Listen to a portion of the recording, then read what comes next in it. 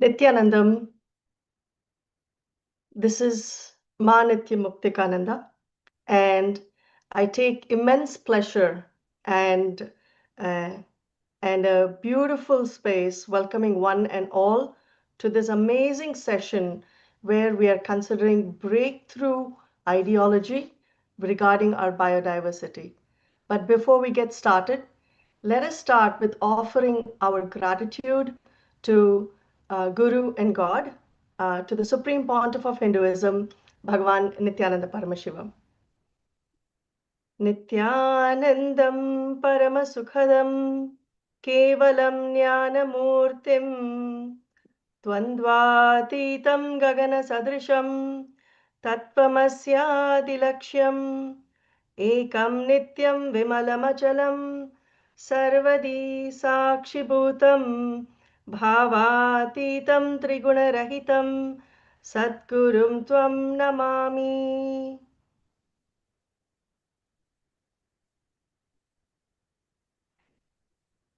Thank you to everybody who has joined us in this extremely amazing and powerful session.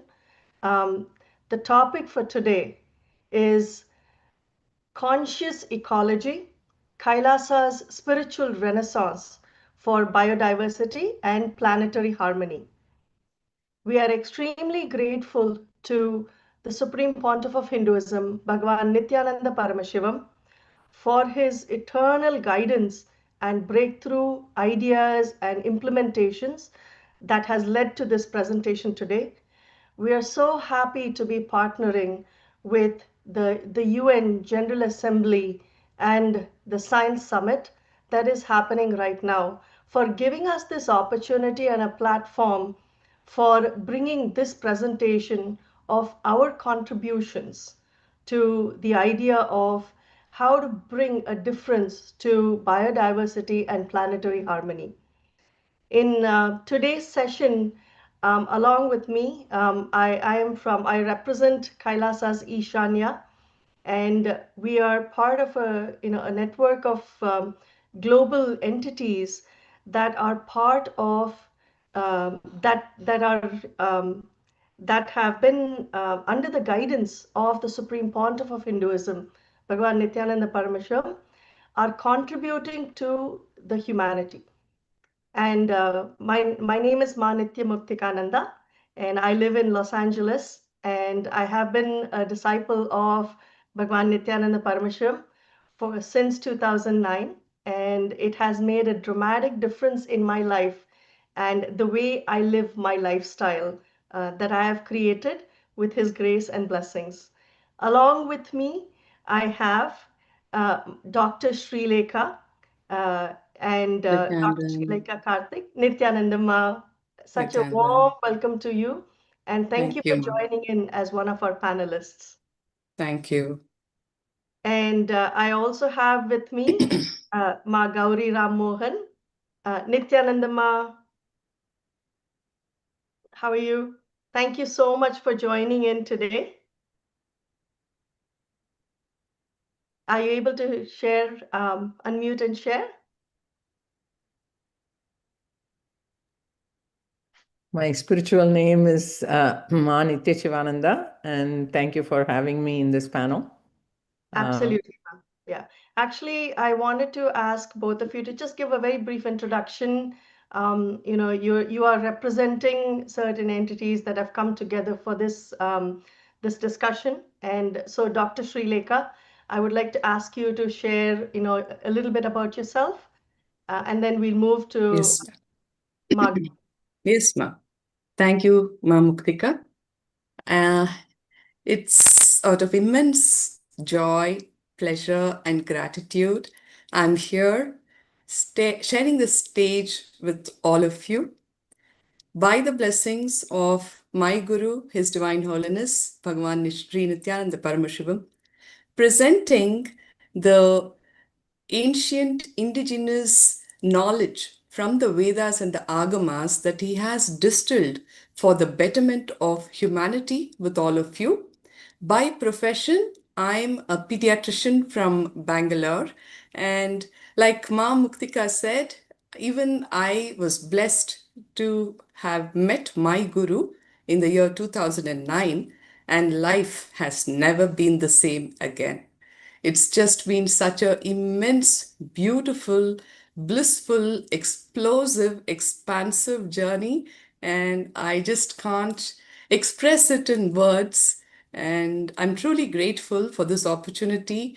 And I also take this opportunity to thank the Science Summit, United Nations General Assembly, for having given us the invitation to share the knowledge tradition from the Vedagamas with all of you. Thank you, Ma. Great. Thank you so much for introducing yourself, Ma. We really look forward to having a really amazing discussion today. Ma Yes. Gauri, would you like to please share a little bit about yourself?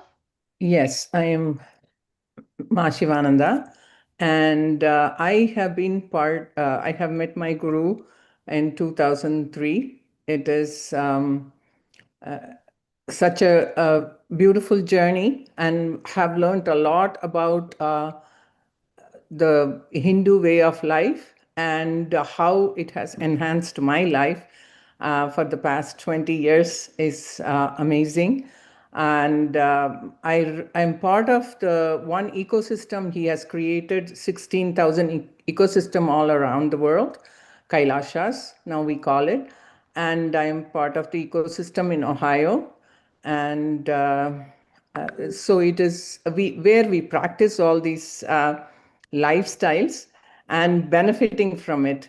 So I'd love to share how the Ishanya projects by SPH has helped millions of people and be a part of this summit. I thank all the panel members and the audience and the UN for this opportunity, giving this opportunity. Thank you, Ma.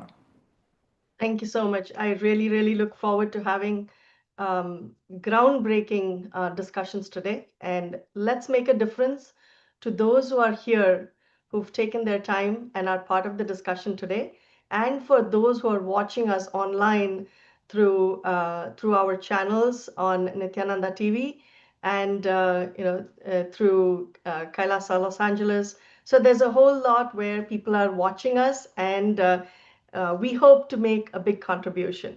So diving right into what we are here for today, right? So the integration of traditional indigenous biodiversity and ecological renaissance is crucial for addressing the global biodiversity crisis that we are going through today.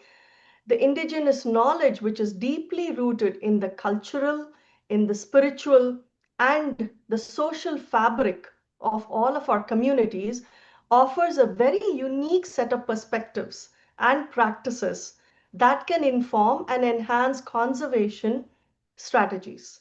See, by recognizing and valuing ancient indigenous knowledge as a complement to scientific knowledge and the strategies we have today, we can really foster a more inclusive approach to environmental management and promote sustainable environmental stewardship, which kind of goes hand in hand with the UN's sustainable developmental goals. This approach not only enhances biodiversity conservation and outcomes, but also promotes cultural resilience and fosters a more harmonious coexistence between human civilizations and the natural ecosystems that all of us are a part of. So this comprehensive presentation demonstrates how the United States of Kailasa, under the tutelage and the guidance of the Supreme Pontiff of Hinduism, Bhagwan Nityananda Paramashivam, serves as a pioneering model of nature-based solutions that are rooted in ancient Hindu ecological wisdom. So let's see what this is all about. Now, our global ecological crisis, let us understand where we are today. The challenge that is here right in front of us is unprecedented in nature. Biodiversity loss has accelerated and is accelerating at more than 1,000 times the natural rate. Over 1 million species are at a risk of extinction. Climate disruptions intensifying extreme weather patterns. Deforestation claiming 10 million hectares annually, if not more. The, the economic impact, right? Biodiversity loss costs the global economy 500 billion annually, and it is a mind-boggling figure at that, through ecosystem service degradation. The indigenous territories, mind you, contain 80% of the world's biodiversity despite covering only about 22% of the world's land. So you can see where we are with our resource and what we have available versus the crisis that we are facing today. Now, the UN has declared this as the decade on ecosystem restoration from 2021 to 2030. And this represents our critical window for transformative action today. There is a huge knowledge gap that we see.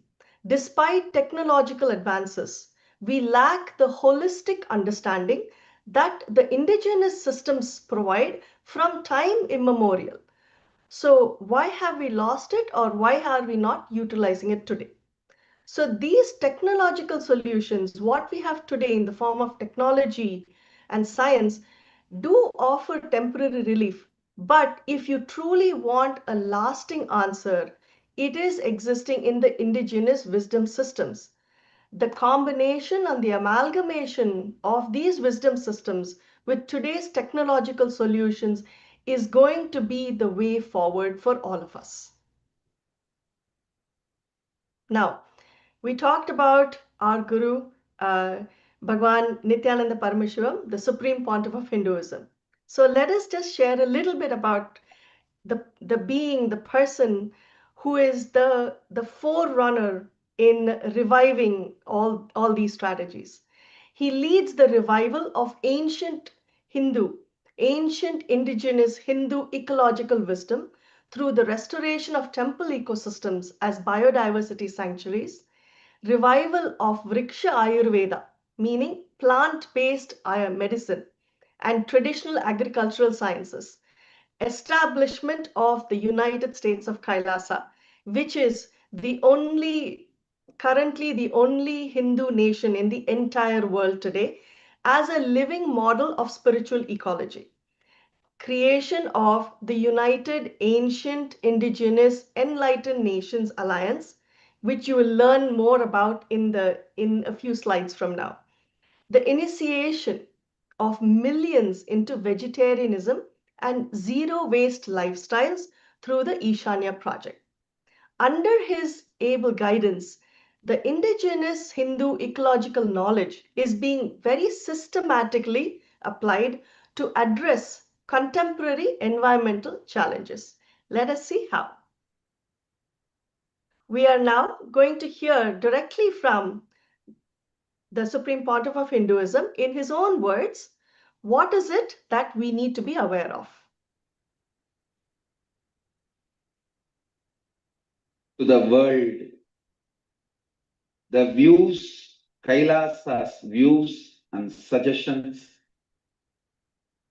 for the post-COVID-19 world.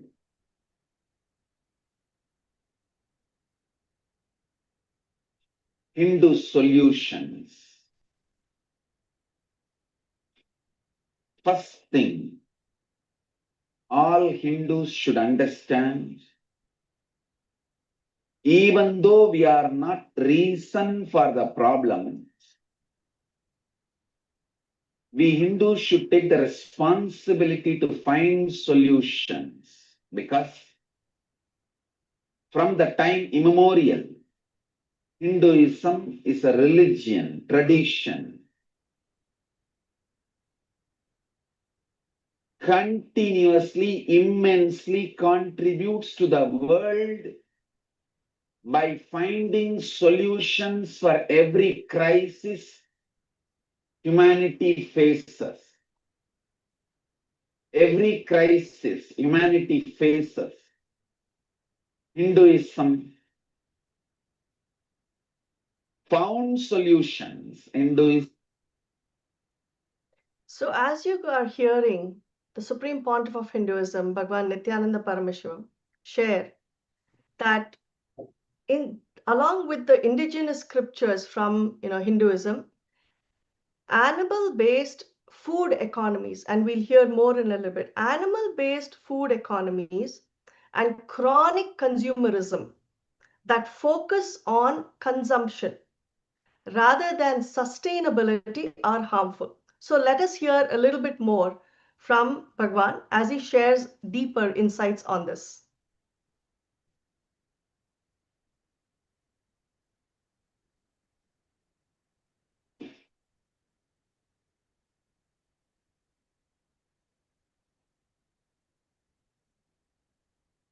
We need to understand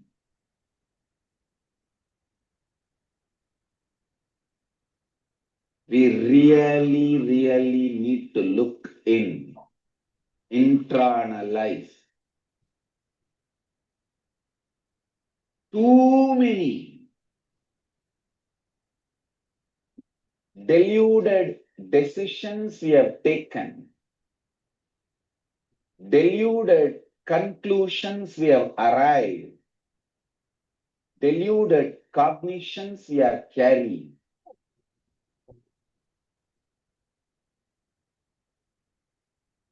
Yesterday I was talking about plant-based diet, vegetarian lifestyle, not just diet, whole lifestyle, plant-based lifestyle, stopping the idea that whole planet Earth belongs to only human race. Human race may be superior race because of its ability to torture and kill and eliminate other beings. But we need to know planet Earth is not exclusively for us. We are here to coexist.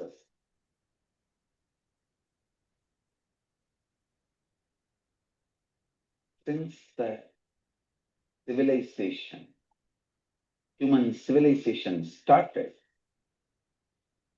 we lost 83% of wild mammals. Understand, whatever I am talking is from clear binary logic information. I am not even talking from cosmic logic. I am talking from binary logic. Even in binary logic level, 83% of the wild mammals we lost. 80% of marine mammals we lost. 50% of plants we lost. 15% of fish we lost. I'll tell you,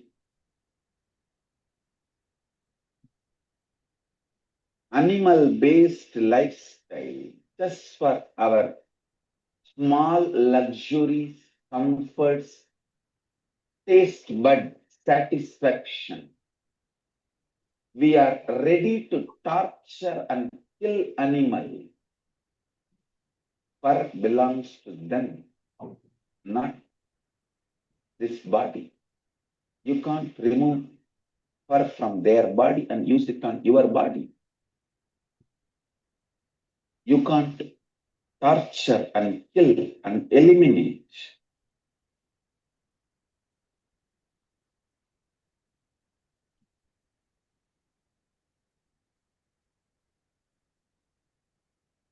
Neither cosmic logic nor binary logic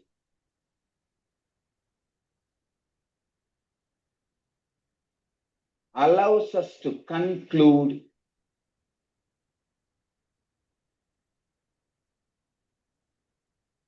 the animal-based lifestyle is right. Please be very clear. Cosmic logic and binary logic, both are very clear.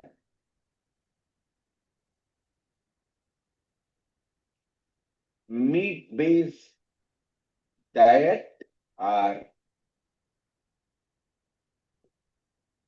animal-based lifestyle means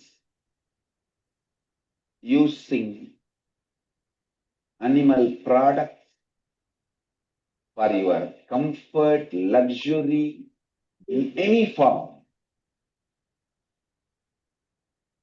is not right, not sustainable, not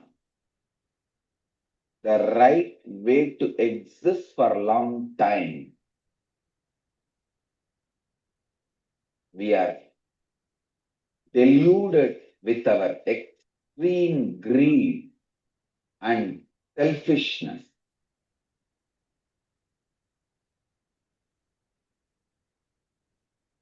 We are forgetting the environmental impact of livestock.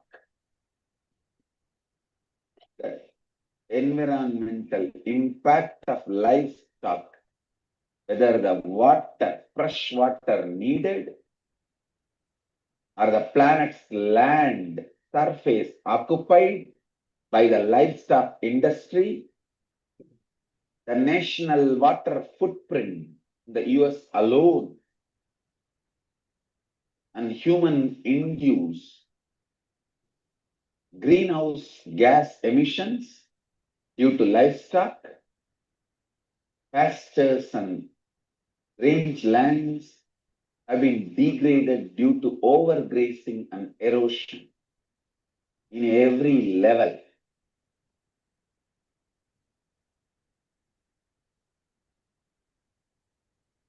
The meat-based lifestyle and animal products being used for cosmetics or as clothes in any other way for our lifestyle is not going to be sustainable and it is not right.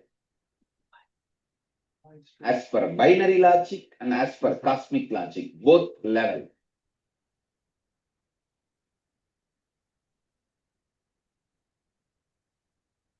I request Hindus to start setting a trend all over the world. There are 2 billion living, practicing, born Hindus all over the world.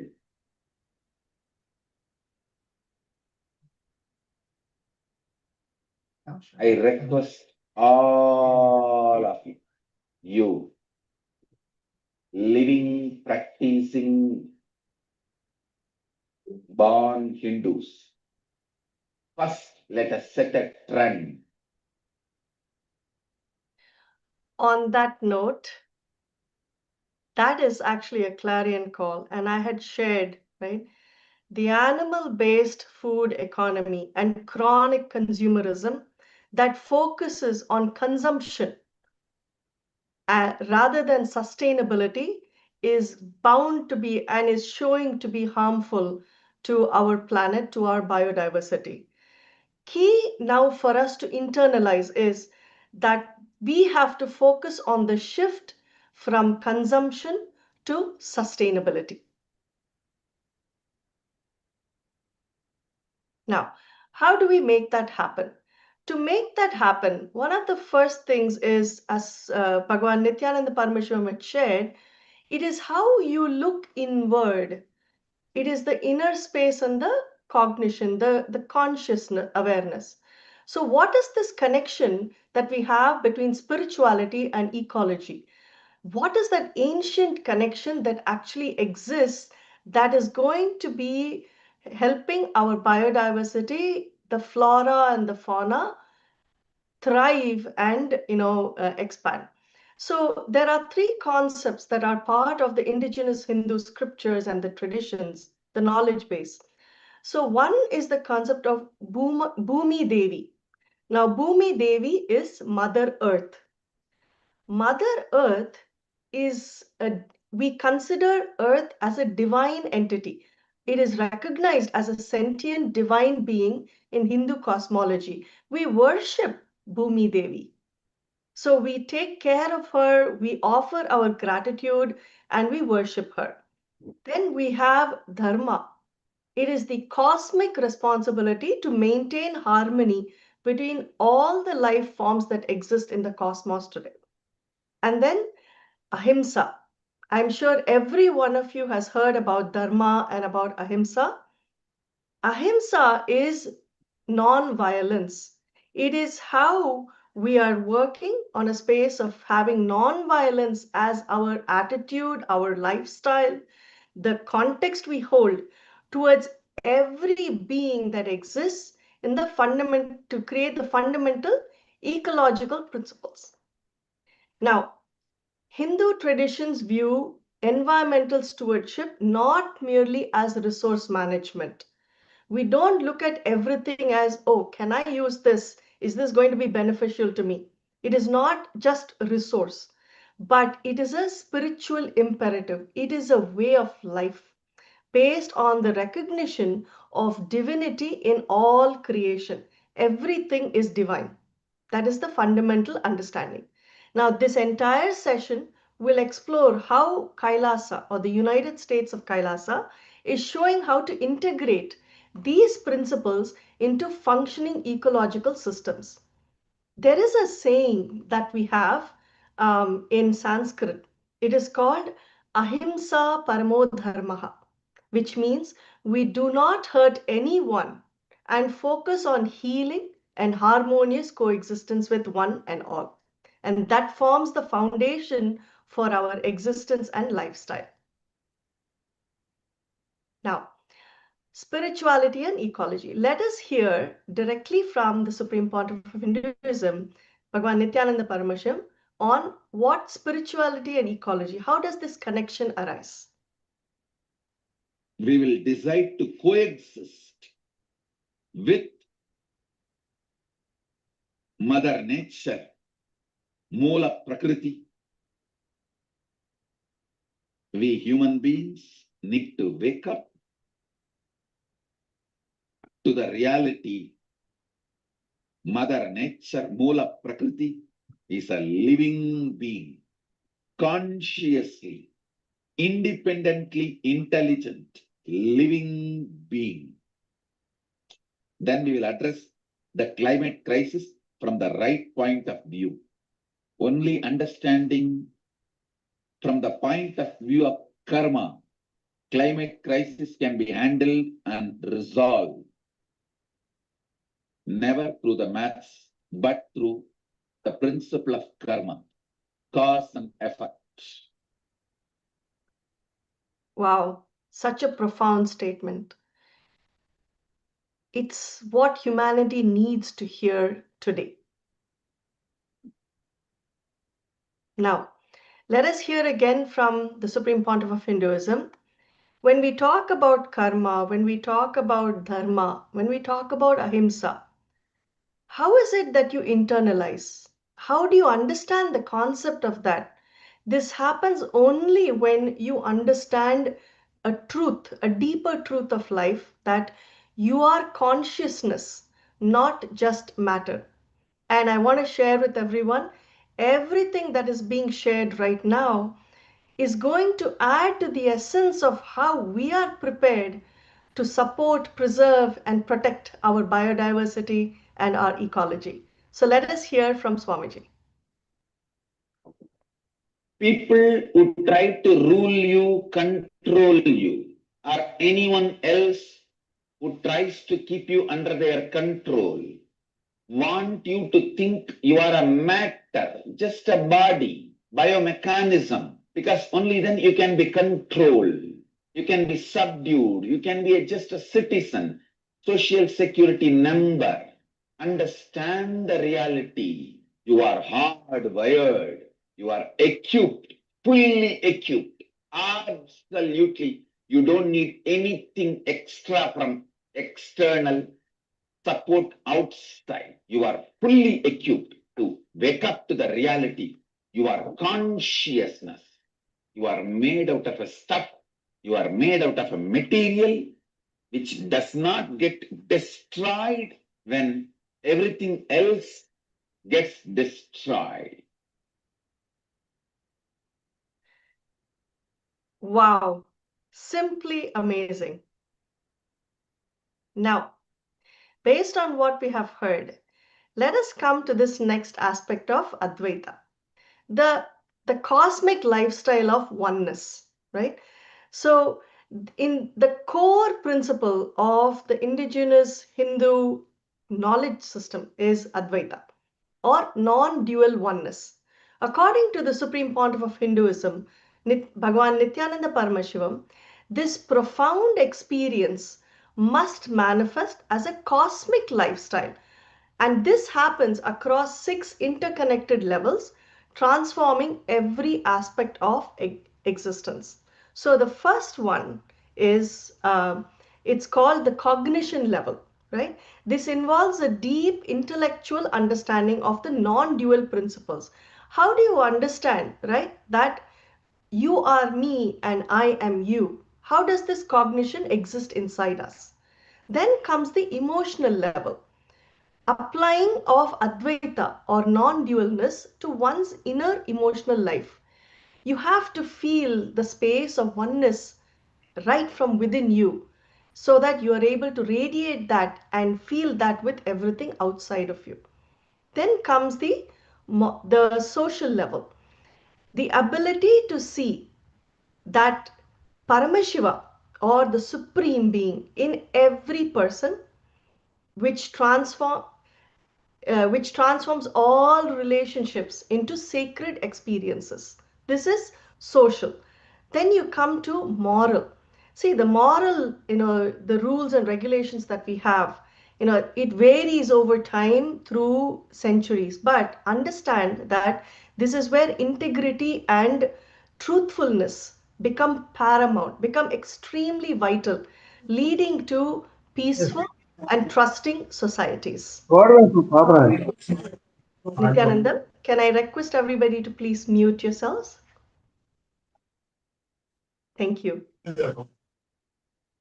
Then we have the spiritual level where you go into the deeper aspects of inner connection and self-realization.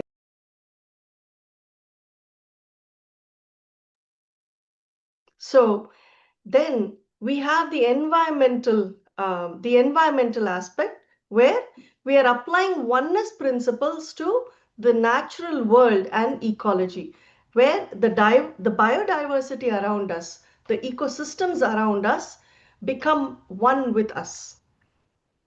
These are the different levels, the 6 levels where they are interconnected, that be a part of our lifestyle and help us understand how to be in a space of oneness with all. And the Supreme Pontiff of Hinduism, Bhagavan Nityananda Paramasham, has emphasized that living Paramadvaita, meaning cosmic oneness, only in cognition and in emotional is insufficient. You have to understand all 6 components play a vital role in the overall understanding of the space. It must be expanded to influence your social, your moral, your environmental, and your spiritual aspects of life. And sharing the right knowledge with everyone and helping in enhancement of the lifestyle, this is the Kailasa's way of life. Now, let us hear from Swamiji, what does it mean to experience oneness, right?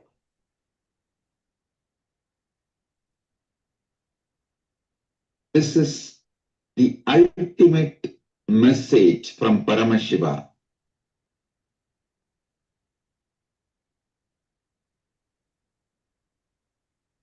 In cognition level, emotional level, social level, moral level, spiritual level, environmental level, in all 6 levels,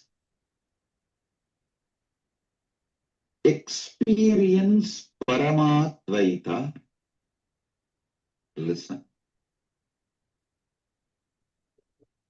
I'll explain step by step. Paramatvaita means experiencing the ultimate oneness with ultimate life force, power, Paramashiva. Paramashiva is a living manifestation of what you can imagine about God, and more than that,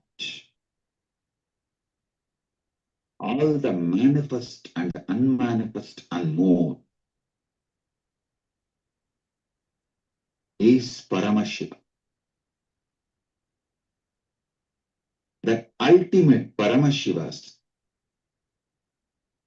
being, having oneness with that being, is Paramatvaita.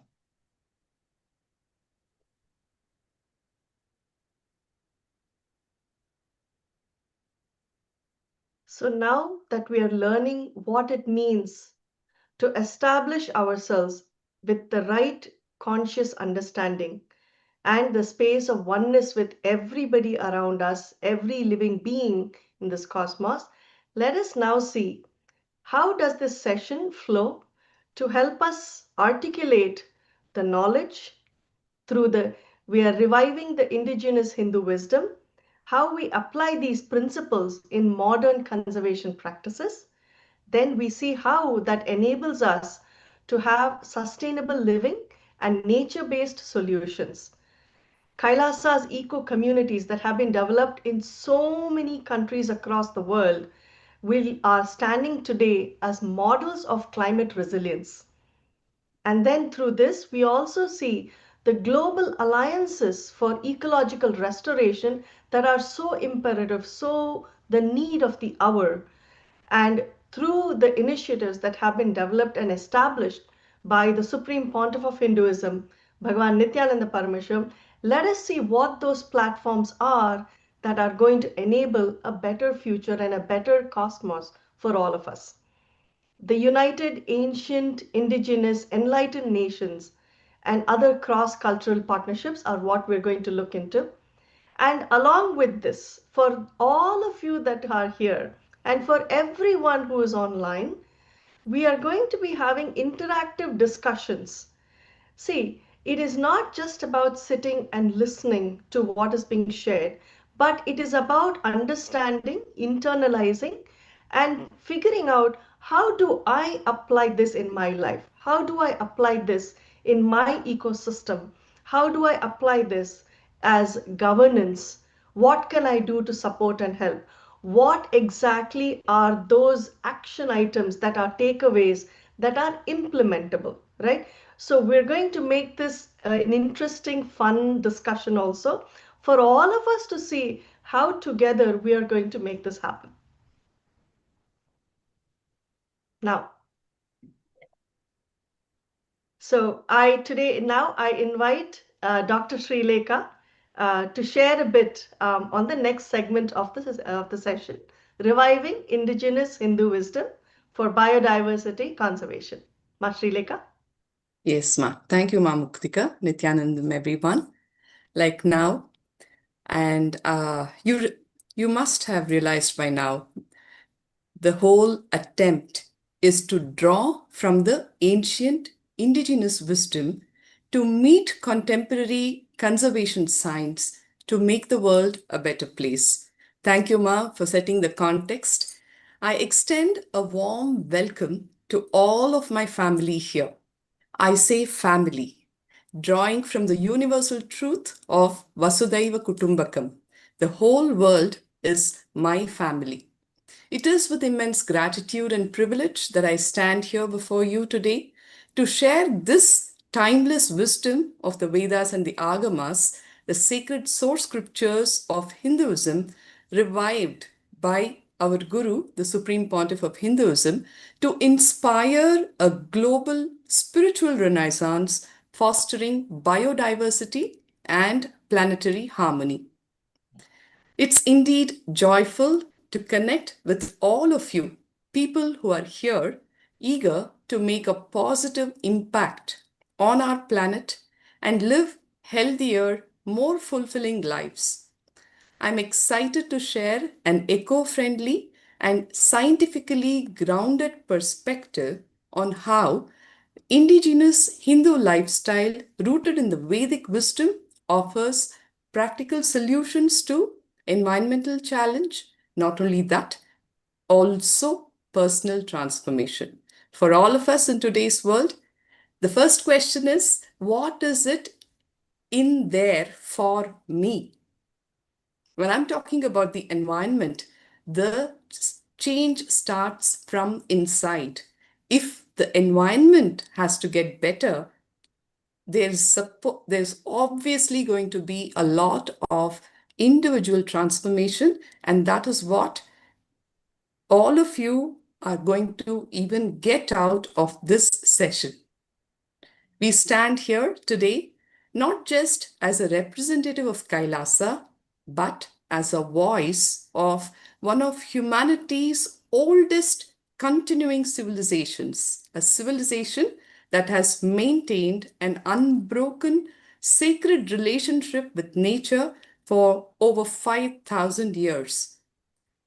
You know, it's not about returning to the past, but about bringing the timeless wisdom into our current day urgent pressing needs. Ma Muktika very clearly elaborated on the global crisis that all of us are experiencing as the citizens of one earth, one home called our planet Earth, Bhumi Devi.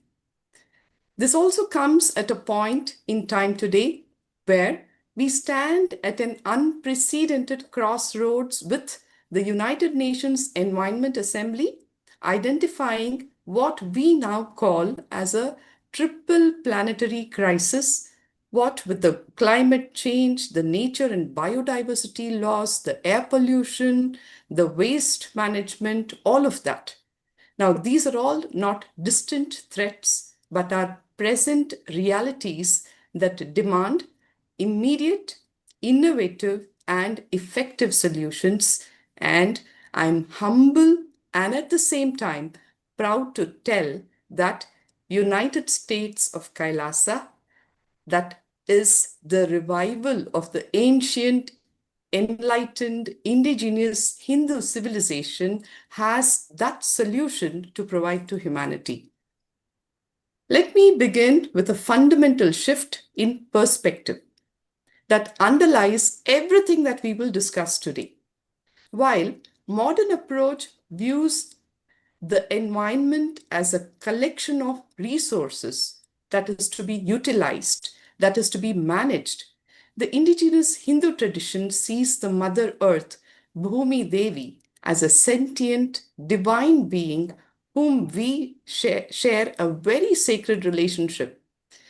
Being born and brought up in a traditional Hindu household where many life-positive concepts were ingrained as a lifestyle for a very long time, I took these concepts for granted till the point in time arrived, I realized that the whole global community is increasingly turning to these very indigenous source scriptures for solutions to enhance and preserve their way of life.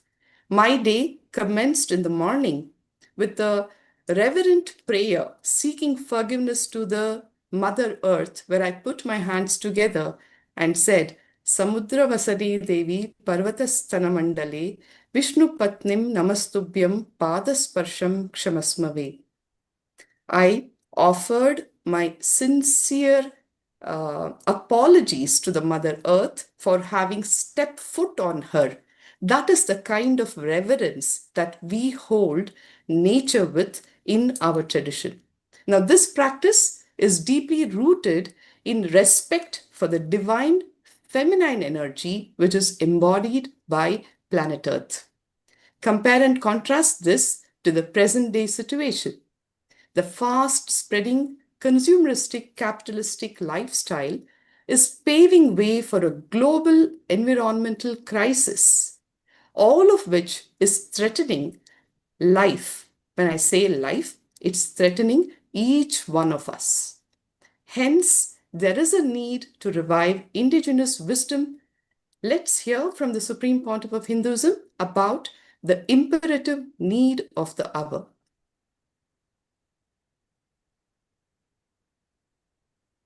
Today's subject is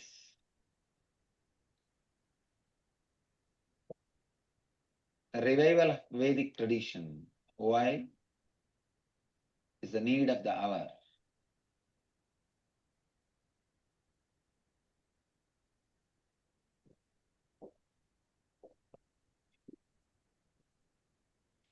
Because this is the last hour human consciousness is having. If you don't revive, this is going to be the last hour. Vedic tradition is the only tradition, please understand, one and only tradition which can give spiritual solution for all the problems of the human consciousness.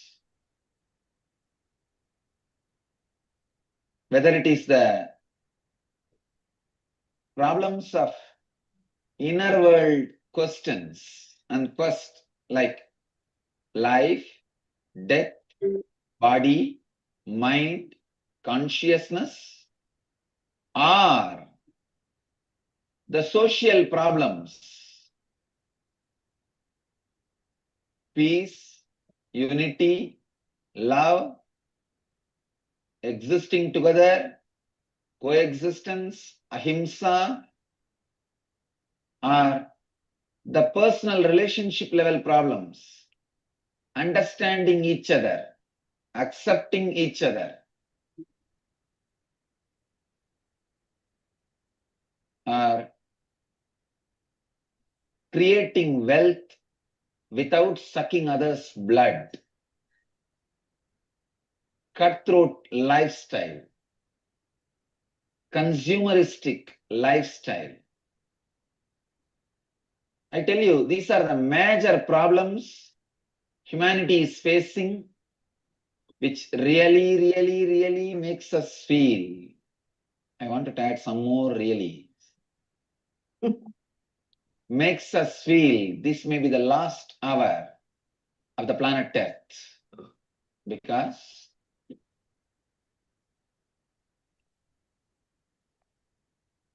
the unconsciousness of the human beings and the ability to destroy others through weapons, not just the traditional weapons like atomic bombs and all that, chemical weapons. And now something new is happening, ideological weapons, spreading ideas through media and communication systems and dismantling certain unique lifestyles, tribes, way of living in the planet Earth. Understand? There are few tribes whose lifestyles have been dismantled, destroyed so badly. The great art, tradition, and the extraordinary powers they were having, whole science has left planet Earth. The science of herbs, the science of living with nature, science of handling the extraordinary powers. Just yesterday, I saw a YouTube clip of a shaman levitating so casually. A shaman is a group of spiritual souls, a spiritual tradition from South Africa, very casually, just he's chanting some mantra and he's levitating 4 feet above the sky. And after a few minutes, he's relaxing. It was a lifestyle. You don't need to gather around some enlightened master and do all kinds of pranayam, then slowly levitate after 4 days or 3 days. It was a lifestyle for certain tribes, certain spiritual groups. But so much of color has been lost. So much of variety has been lost because of this, that trying to globalize everything under one brand. Same way, we need to understand the nature-based cultures. That's the right word I wanted to say. The traditions and cultures which understands nature is a living intelligence, who are interested in coexisting with nature, not abusing it, exploiting it.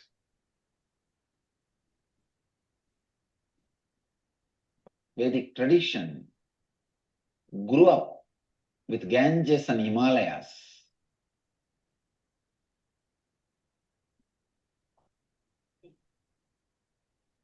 Grew up with nature.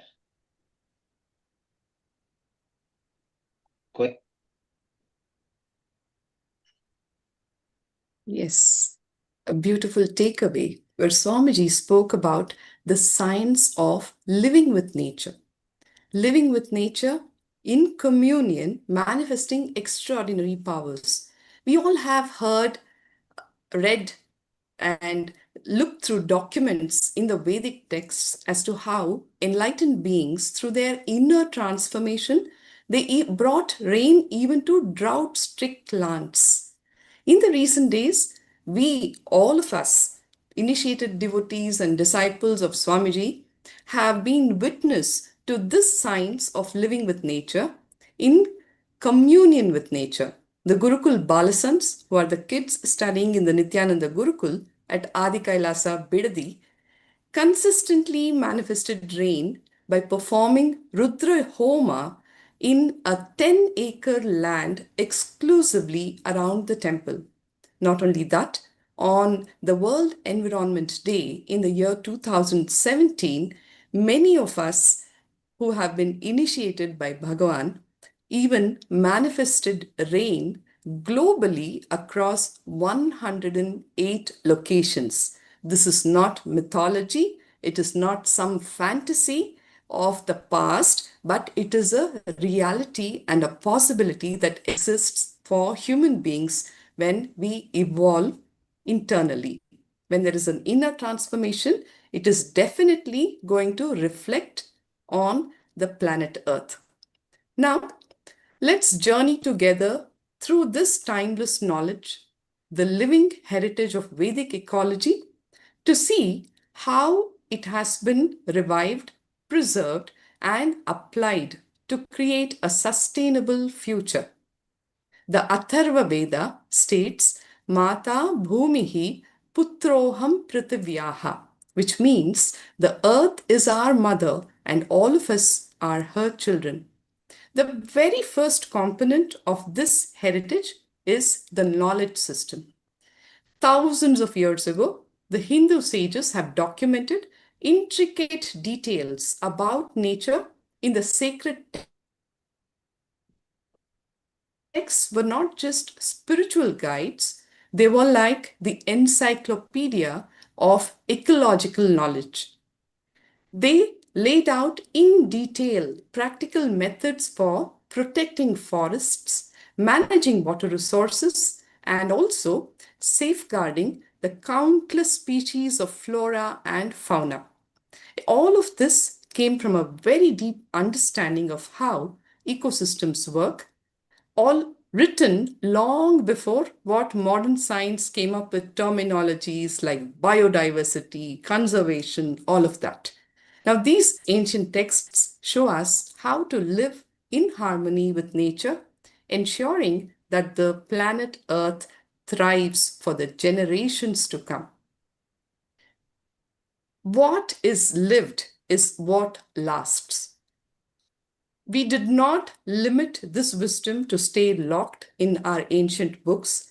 It became a living tradition, passed down through centuries to generations in what is known as the Charya Pada, which are lifestyle-based practices.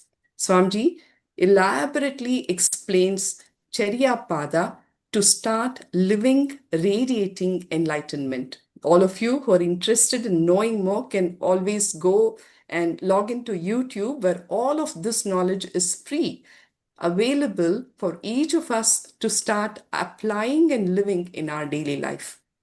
This Charyapada was lived in Hindu temples, indigenous communities, and traditional governance systems where people actively practiced all of these principles and lived in extreme harmony with nature. The third and the most important aspect is what it is for all of us now at this hour. How do we bring this ancient wisdom into today's world, today, when we are walking the planet Earth? This ancient ecological wisdom is being brought back to life in a very powerful way. Under the guidance of the Supreme Pontiff of Hinduism, Bhagavan Nityananda Paramashivam, these practices have been systematically revived and applied in the modern context. Through his leadership, Kailasa has created living models which are real, working examples that show how these ancient methodologies can address today's environmental challenges. We humbly share with you a living, breathing, functioning model that is currently being implemented across 150 nations worldwide. Vriksha Ayurveda is one very important component of this revival that Kailasa has brought back to life, the science of plant life, which is rooted in the ancient Hindu wisdom. It is not just about growing plants, it is about understanding and working with nature in a way that is sustainable, harmonious, and also deeply spiritual. I say the word deeply spiritual to emphasize the oneness, the Paramadvaita, that each one of us actually have to start living and experiencing with nature around us. Vriksha Ayurveda includes classifying the soils and healing them like how any doctor would heal a patient. The focus here with respect to plant health is also in terms of diagnosing and treating. There's this very beautiful concept called companion planting, which is all about growing plants together that help each other. Like how if you have a good neighbor, your life gets better. Similarly, the plants, when grown together, which fosters the biodiversity and healthier ecosystems, like tomato and basil are grown together. Groundnuts are grown with spinach or radish. Another wonderful truth and practice that Vriksha Ayurveda incorporates is seasonal rhythm and starts using those rhythms for planting as well as harvestation. Finally, the system also celebrates the sacred bond between plants and human consciousness. This teaches us that plants are not just resources, they are living beings that connect with us on a very deeply spiritual level. I would like to share a very beautiful anecdote in this regard. The Gurukul kids in Nityananda Gurukul, they spoke to rose plants so lovingly, assuring them of care and protection. Each child would go and spend time with the rose plant without ever touching them. They would just sit there and talk from that very loving space, assuring protection. You will be surprised to know all the rose plants dropped their thorns. Now, the same experience was given to the world by Paramahamsa Yogananda exactly a century ago, where in the United States of America, he developed a rose garden where none of the rose plants have thorns, which manifested from the space of ahimsa and Abhayam Sarvabhutebhyo, which means I give protection to all life forms around me.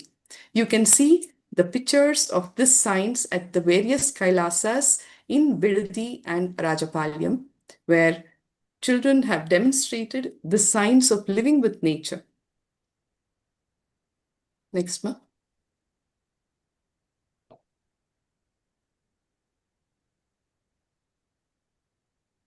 Can we move on?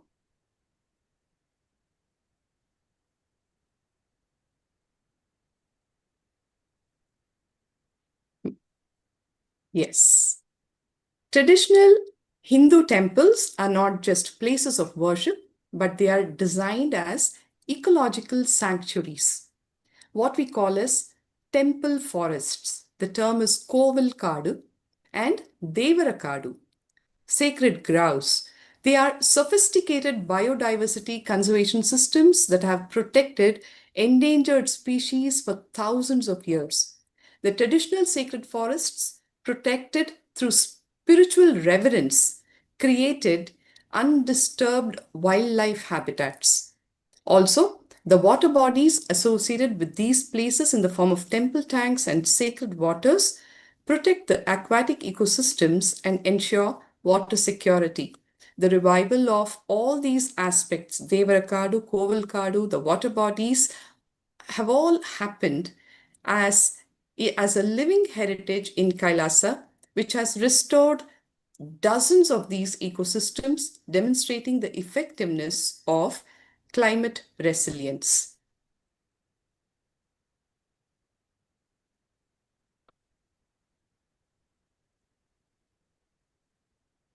Let me ask you a quick question.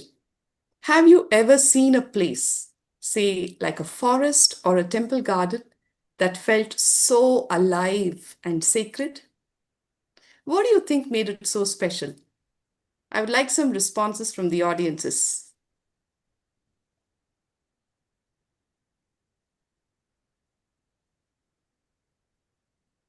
Have you had an experience? Yes, the place around the temple will be very calm. Yes. So you feel more connected and you feel more peaceful within. Yes, absolutely. Thank you, Dr. Pranita, for sharing. Now, that's the essence of Vedic ecology, a conscious connection with nature. Hindu temples held the secret to a thriving society. Hindu temples were not just places of worship, they were multifaceted institutions that served as a nerve center of a thriving society. There was nothing needed from any system outside of the temple ecosystem to keep that society thriving, healthy, contributing, and excelling in all aspects of life, be it economy, be it revival of sacred arts, be it revival of the architecture. The temple architecture of Hinduism is something unparalleled. Now, the influence of temples extended far beyond spiritual, touching every aspect of life, from economic and social to cultural and spiritual. Temples were just not central to the economy, but they were major hubs of commerce, employment, and finances. You can see here how, okay, moving on to the next slide. We'll now have an interactive exercise as to how we can have this temple ecosystem mapping, understand all of these principles with respect to the temple ecosystem, and how each one of you can internalize it for yourself at where you stand today into urban planning and how to make your own life better.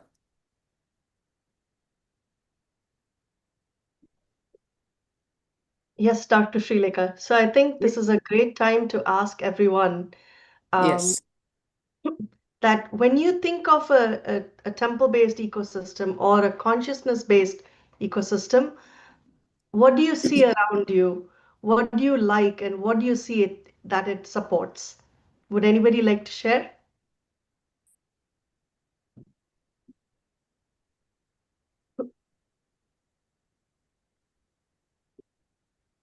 So what do you think from what you've heard will support urban planning?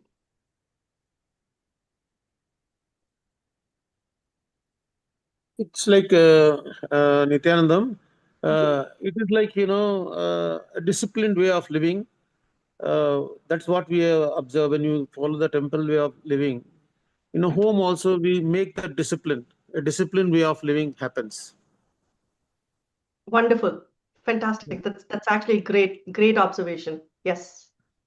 Absolutely. The discipline is what actually brings in health at all levels for human beings, Aya.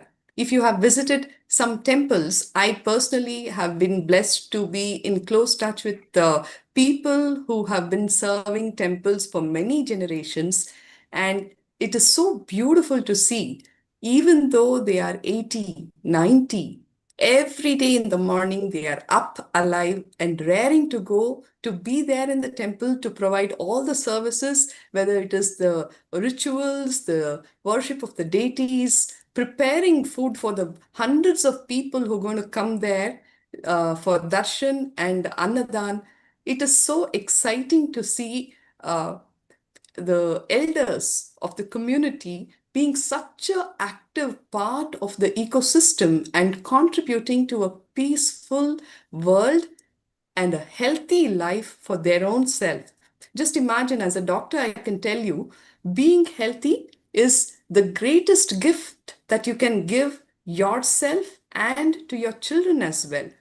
The economy is getting drained out with the kind of lifestyles that people who are driven with the consumeristic lifestyle are leading these days.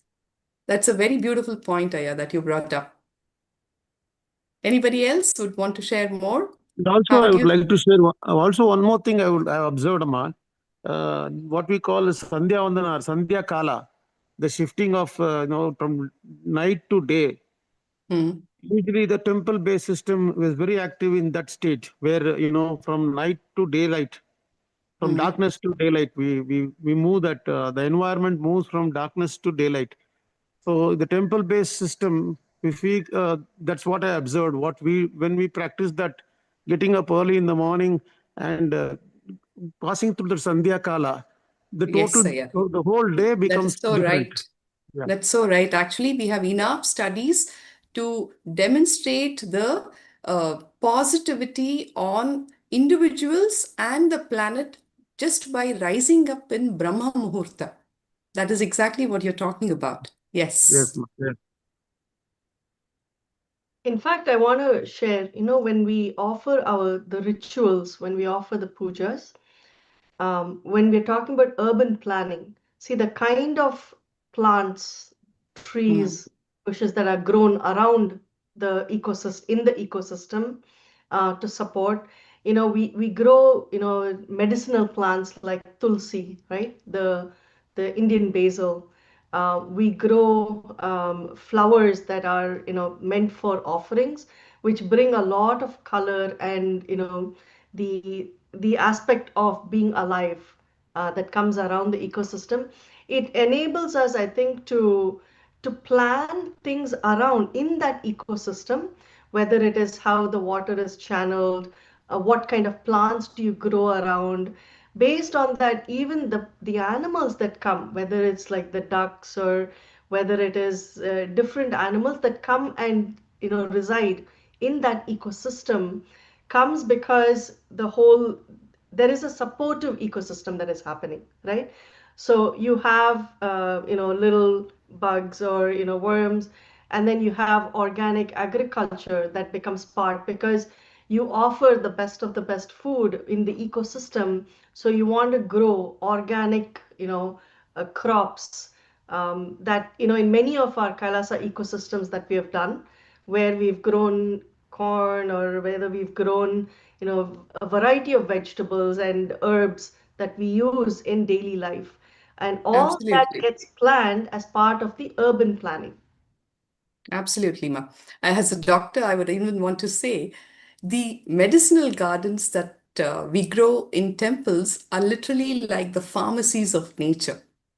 Not that you would need to use any chemicals to maintain health, just the active lifestyle that people lead in these ecosystems. You just need to maintain your health for betterment. It is not to cure any kind of disease. And that is something phenomenal, I think, that the indigenous temple lifestyle system offers humanity. Even the tulsi leaves are put in the water when given as prasad. Yes. That helps to keep the health of lung infection and all that. So it is integrated into our temple living, and whether it's rituals or people coming to visit, they get a part of it, and not only the energy, and also the prasad and naivedyams and all that. I would like to add here, I'm Dr. Shanti from Bangalore. Our own family members, we are associated with many temples in our village. My one example, many of my family members who are 90 plus, so actively involved with the temple activities, automatically it's out of joy and excitement they participate just as volunteers. Their health is at peak. They never fall into this loneliness or depression or feeling of being deprived and insecure. None of that I have seen. They may have multiple physical ailments. They do have part of the aging, but they are so excited and enthusiastic because the bell of the temple, when it rings at every day, the different rituals happening, they just align at those moments because the temple itself is a high energy field. Just by being there, breathing that air, connecting to the deity, makes them so healthy, joyful, and their illnesses becomes very minor. Even major problems, it get healed fast and they get back to temple. This is my Yes. observation, being with very close family members for years together, my Thank grandparents you. and uncles. Thank you, Ma, for sharing that. And that emphasizes the need for the revival of this kind of nature-based, indigenous Hindu temple ecosystem. Can we move forward, Ma? The next slide. Sure. I think we have one more person who actually raised their hand. Ah, Sai okay. Nityanandamaya. Nityanandamma. This is Sairam. I'm from Seattle. So great discussion. I wanted to share something that I have experienced and seen. So what I have seen is like temples are more like smart cities for us.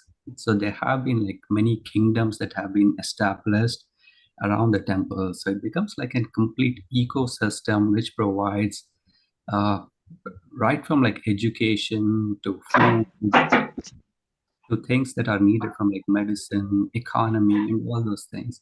So it is really great, like what Shanti is trying to do with Kailasa to bring back a lot of these ancient sciences. So I just wanted to share about that. Thank you. Thank you. Thank you so much.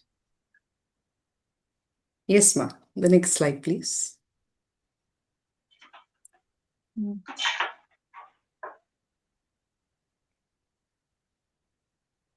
Yes.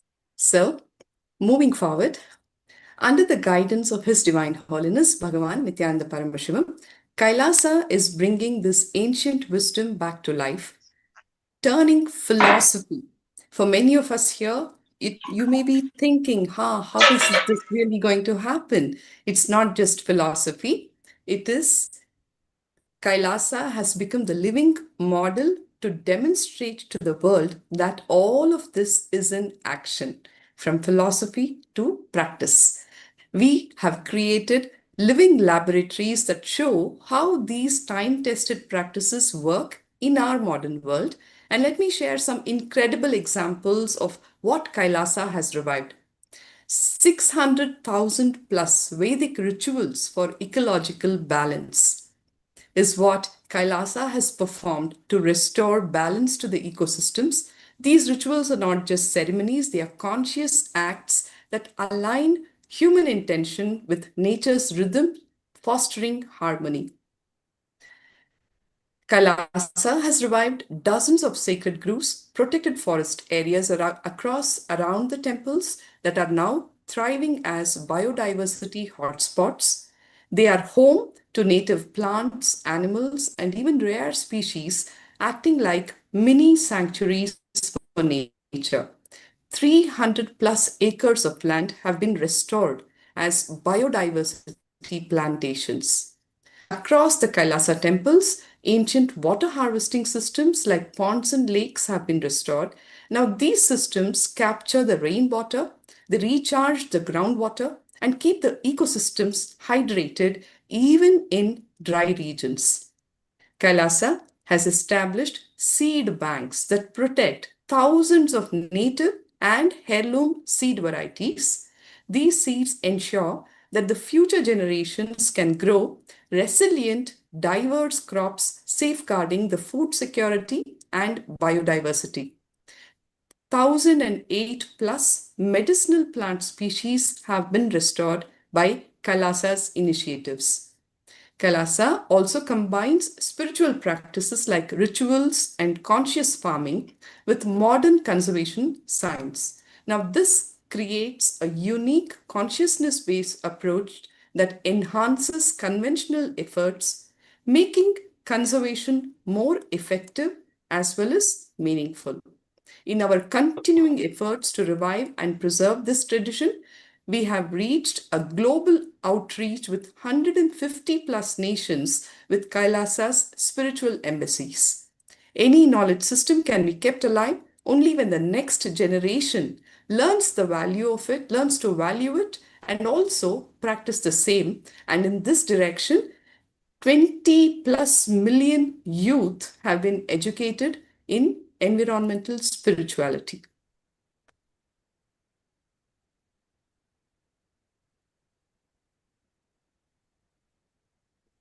Yes, ma'am.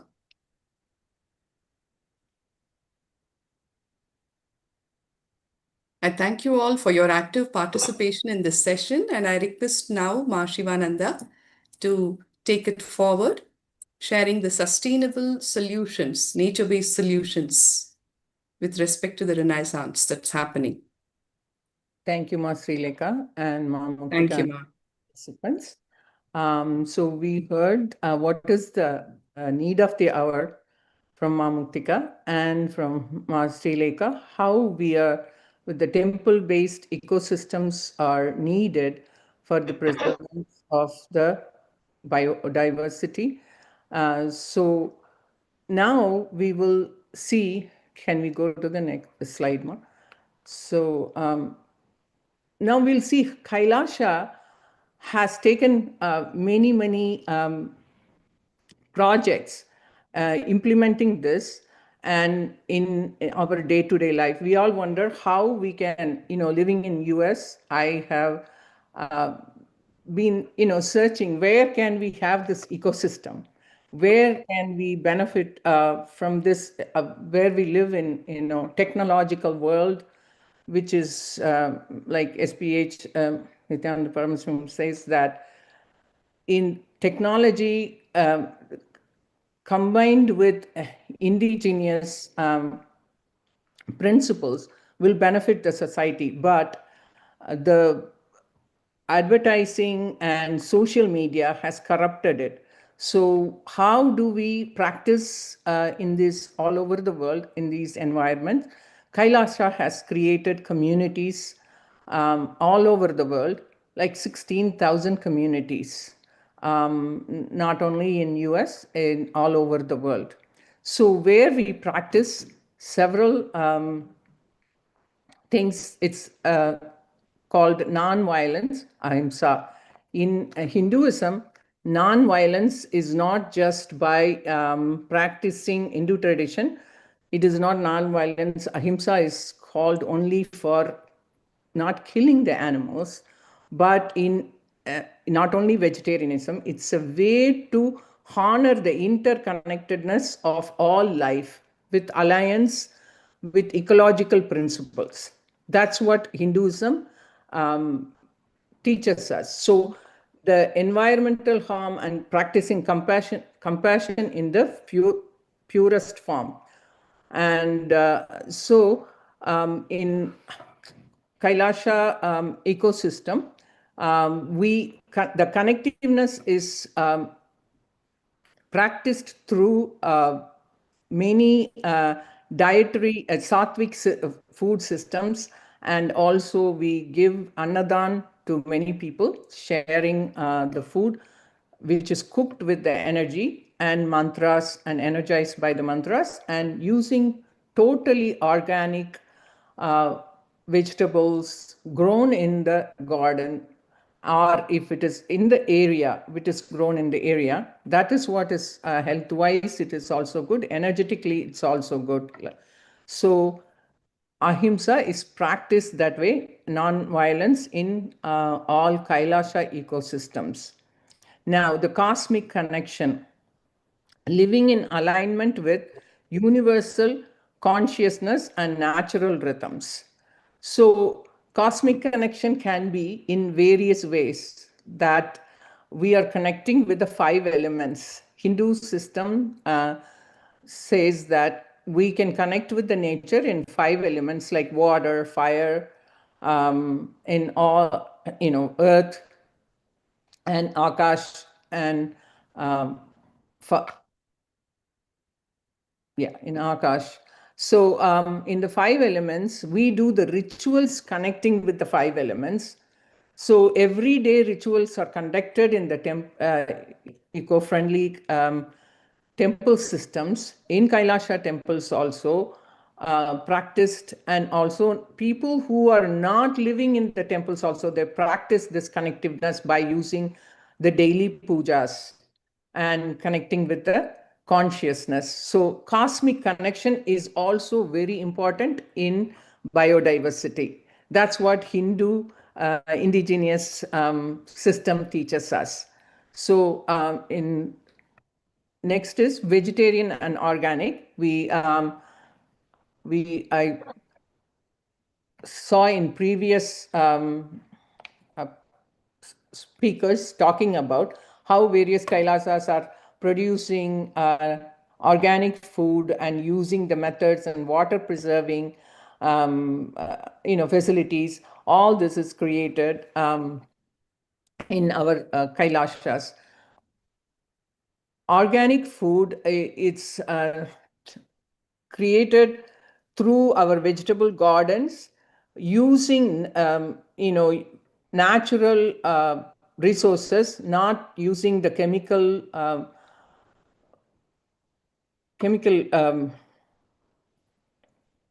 preservatives or nutrition to the vegetables. And this is and also sattvic food is prepared and eaten before the 4 hours after preparing. So that's what is practiced here in all Kailasas and all the homes which is using the Kailasa lifestyle living. Sustainable living to enhance the ecosystem connectivity and halt biodiversity loss, contributing the global frameworks like biodiversity frameworks, improve air, water quality, and reduce disaster risk, and support mental and physical health through access green spaces. So this is practice, and sustainable living is implementing eco-friendly architecture and resource management. So in that, when many artisans are brought to Kailasa, brought the old architects, which is in the temple system, they were losing the tradition, indigenous tradition. In the families for many generations, they followed this artwork, and what's taught by the ancestors, how to produce these deities. And Kailasa brings them to revival of that. In many places in Kailasa, these artisans are brought to life, to bring the art into life, and which we are used, making Shivalingas and other deities, and being sent to all the temples in around the world. And Kailasa also is responsible for giving instructions how to even create a temple system. If people are interested in creating a temple system or ecological places, Kailasa helps them to bring these artisans to bring them to life, and then uses that ecological work in various parts of the world. So that's what our sustainable living is in resource management. Now we will see how zero waste projects are carried in through the Ishanya project that we have been practicing in Kailasa, and Swamiji Nityananda Parameshivam will give us explanation about how we are carrying on that. Humanity has reached a level, we have evolved enough technology to provide food, clothes, shelter, medical care, all the fundamental basic needs for all 8 billion people. One side, the homes foreclosure, and the homes are just locked without people. The other side, millions are in the platforms, homeless. One side, tons of food is getting wasted and getting destroyed to maintain the price. The other side, millions dying without food. Millions of clothes used only once is dumped into ocean because people don't know what to do with it. I have decided Kailasa is going to pick up a project. I call the project as Ishanya, collecting these things which is getting dumped and wasted, which is in turn becoming hazard for the nature, and distributing it to the place and countries, people for whom it's a great boon. In this Chaturmasya alone, we will be able to bring 1 crore people out of poverty.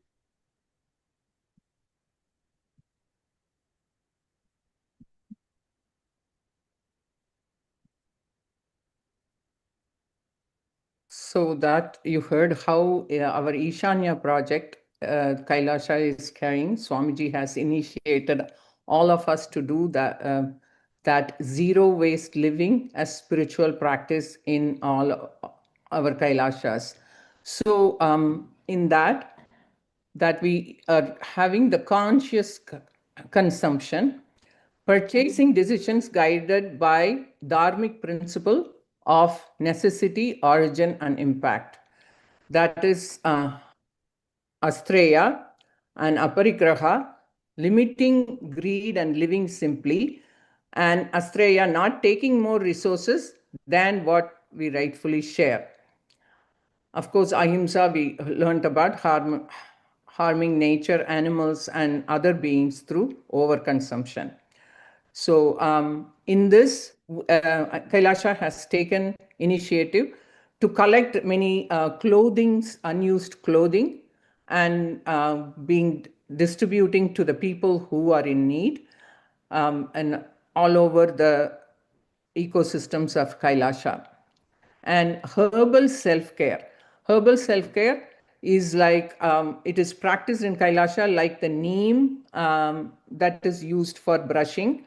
And in the self-care products, turmeric is used for the facial cleansing, and other medicinal value it has, turmeric. And also in simple ingredients like in the kitchen that we can use it for, for simple ailments like pepper and turmeric for using. And even, pepper and turmeric and honey together is used as even in the Ayurvedic system as an antibiotic. We don't have to take the antibiotic. So we use that as a simple method for curing our infections or whatever. And turmeric is used, you all know, in various ways for curing our ailments, like even swelling. It goes down by taking turmeric, and many people take turmerics also. Not only that we use haritaki as a daily intake, and also the oil pulling using sesame oil as our daily practice for getting rid of our toxins from our whole body. So that's herbal self-care, that is your spiritual practice we use in Kailasa.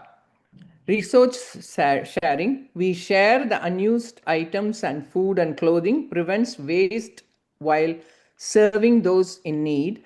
Exemplified projects like Ishanya, which shares unused clothes. Traditional alternatives. Revived use of plates, clay vessels, and natural fibers to eliminate single-use items. We have been using, as you saw in some of the pictures that we shown, that it is that we use banana leaves for food, and also even the palm plates are biodegradable to the earth when we use them and dispose them. It's not like the plastic plates and cups, or we use the stainless plates which can be reused again.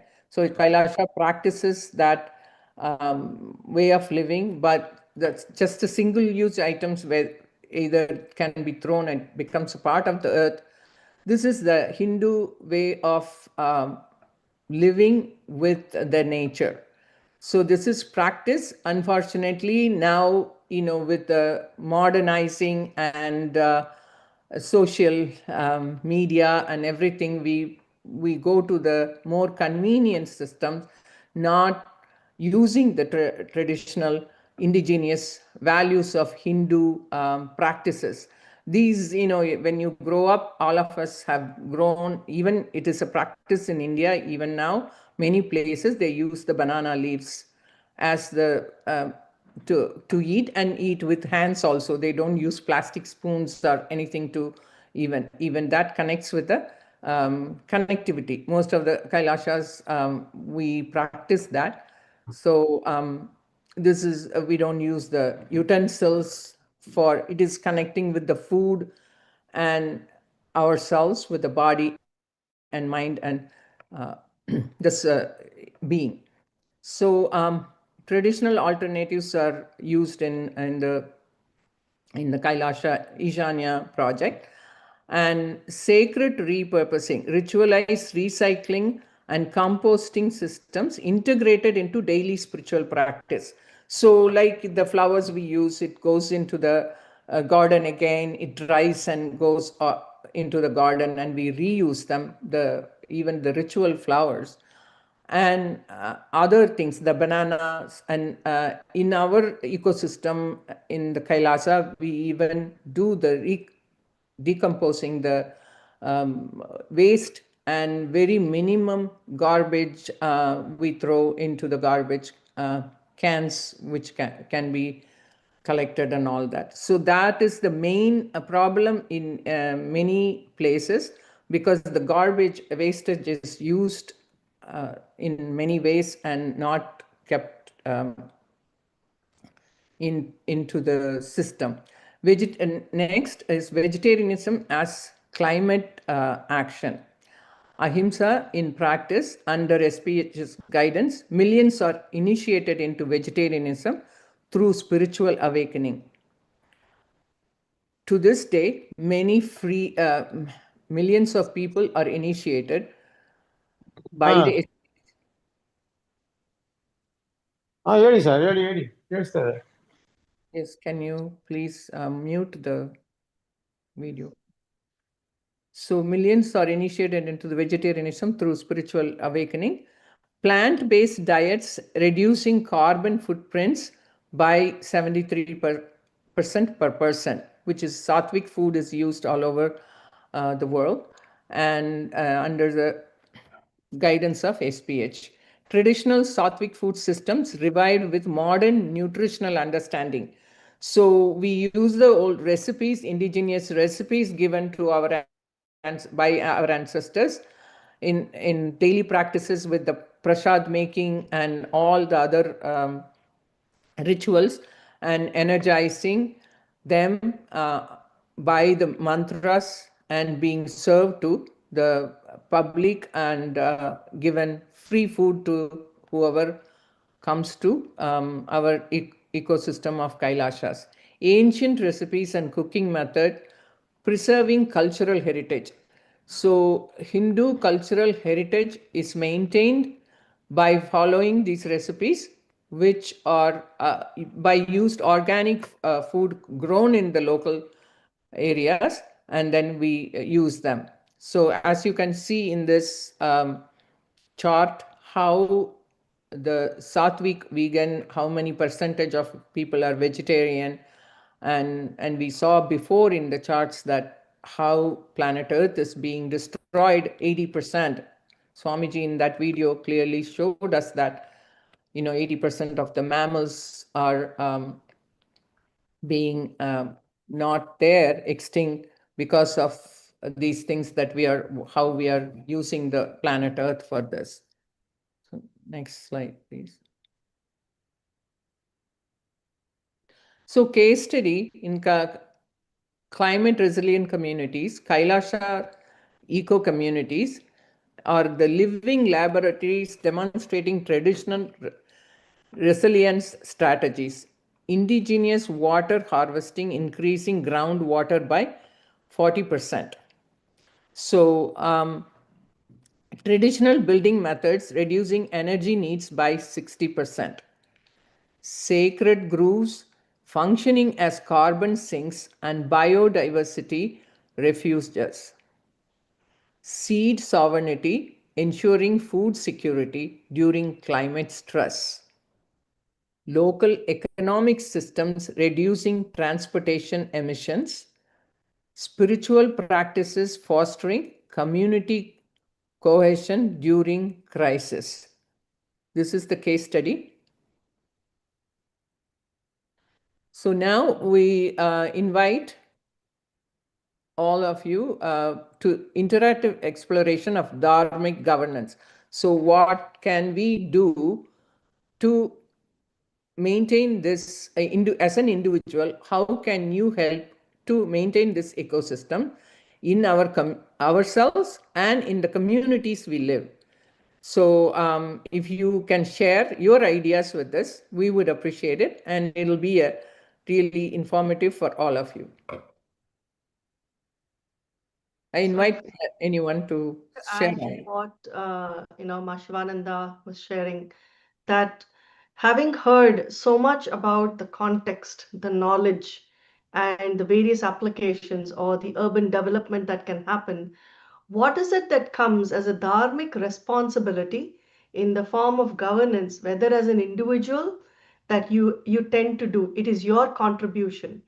And then as a family, in your family circle, what is it that collectively you are going to implement? What ideas, what action items make an impact for you and for the ecosystem that you're part of? Then as a community with multitude of families and people that are part of the ecosystem, how do you ensure you are caring for every aspect of biodiversity and the ecology around you? How do you share the resources? How do you revere and respect? And how do you implement sustainable living, right?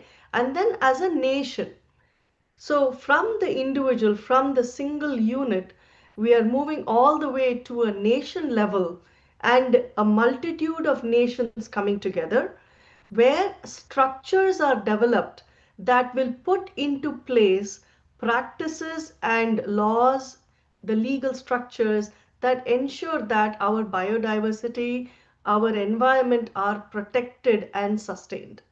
So, do share what you feel is something that you have learned that is absolutely implementable and can be, can create a big difference to our ecosystems.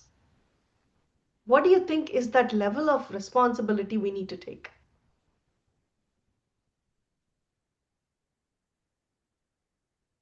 Would anybody like to share? Yes, I suppose we could analyze this at all the levels. Let's start as an individual. What do you think each one of you here would do to implement this lifestyle, sustainable lifestyle?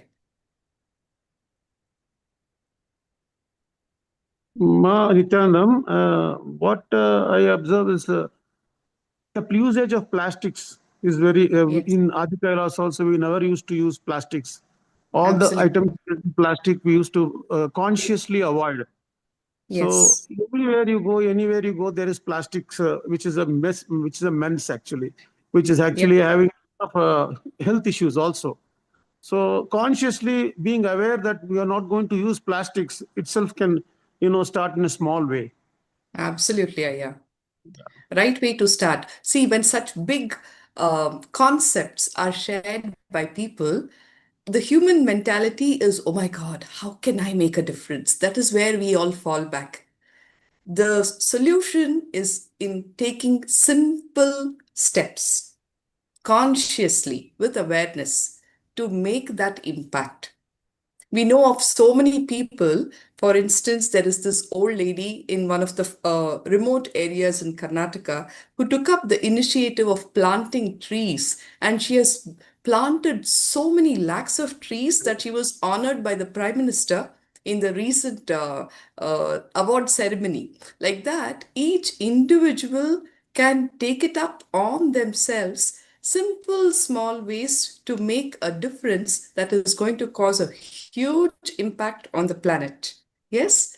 So I would request each of you to chew on these concepts and see how you're going to take these understandings to create a positive impact on your life, in your own home, in your neighborhood, your state, your country, and eventually the planet Earth. And now we have a very important presentation to make. Ma Muktika will lead this sharing. Yes, Ma. Thank you. So everybody's heard about the cognitions, the inner work that we need to do, the understandings, the knowledge base that we will internalize, and how we will apply. Now, across the world, what is the need of the hour? What is needed is a set of global alliances that will work together for ecological restoration. Under the able tutelage and the guidance of the Supreme Pontiff of Hinduism, Bhagavan Nityananda Paramashivam, he has established the United Ancient Indigenous Enlightened Nations, reviving ancestral biodiversity stewardship across continents. This is actually a phenomenal initiative, a platform, and coming together of many nations and indigenous communities. This is meant for the protection, to share a space for all indigenous communities to be heard, for their voice to be heard, to be supported, to build on their traditions and to contribute to today's world. There is a wealth of knowledge that is sitting in all the indigenous communities and nations for centuries and centuries from time immemorial. And this tradition and value system is being brought together to the forefront of global urban planning through alliances such as the United Ancient Nations, Enlightened Nations, platforms.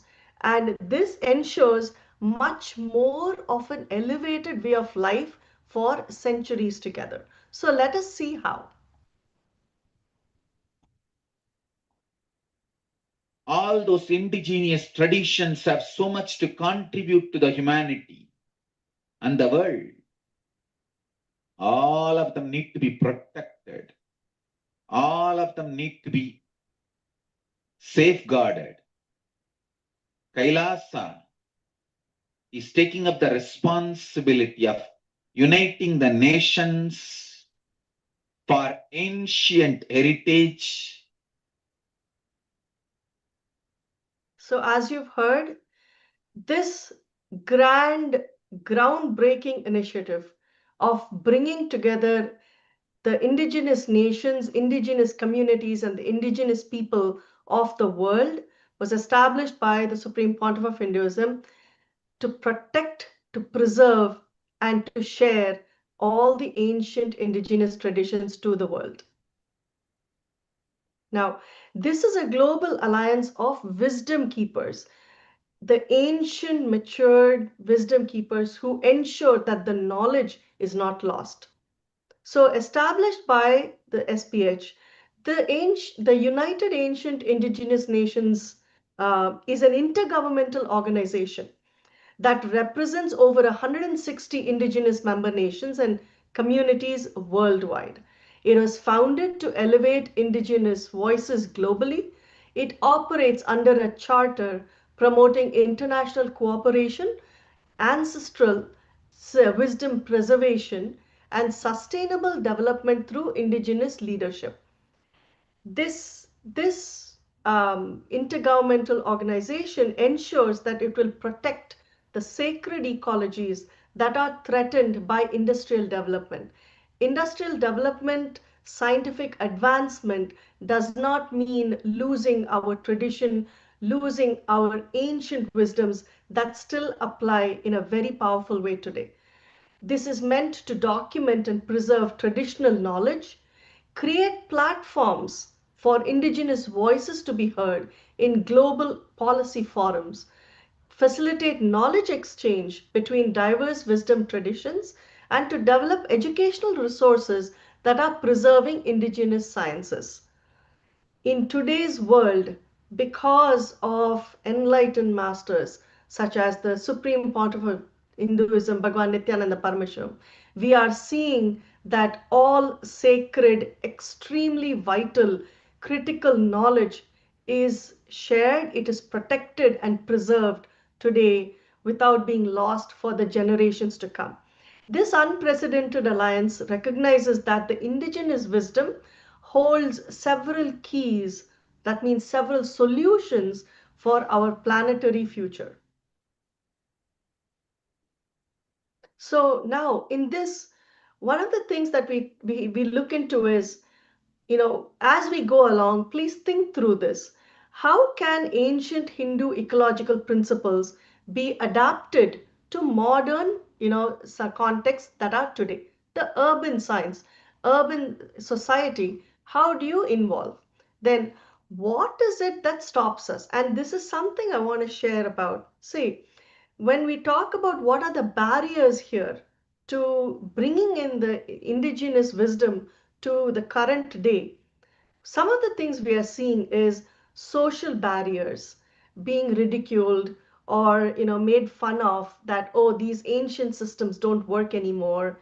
Media misrepresentation. I think the biggest culprit today is media misrepresentation. They change and present false narratives that actually share with today's generation and today's people a wrong set of information about the immensely valuable ancient wisdom. The mockery of ancient wisdom embarrasses people, and so people go silent. The utilization of social media platforms is meant in the right way is to bring right knowledge to people. It is to educate people on the better aspects of society, better aspects of the ancient wisdom, and that becomes our responsibility to ensure that that wisdom is protected, preserved, and shared in the context that it is meant to be shared.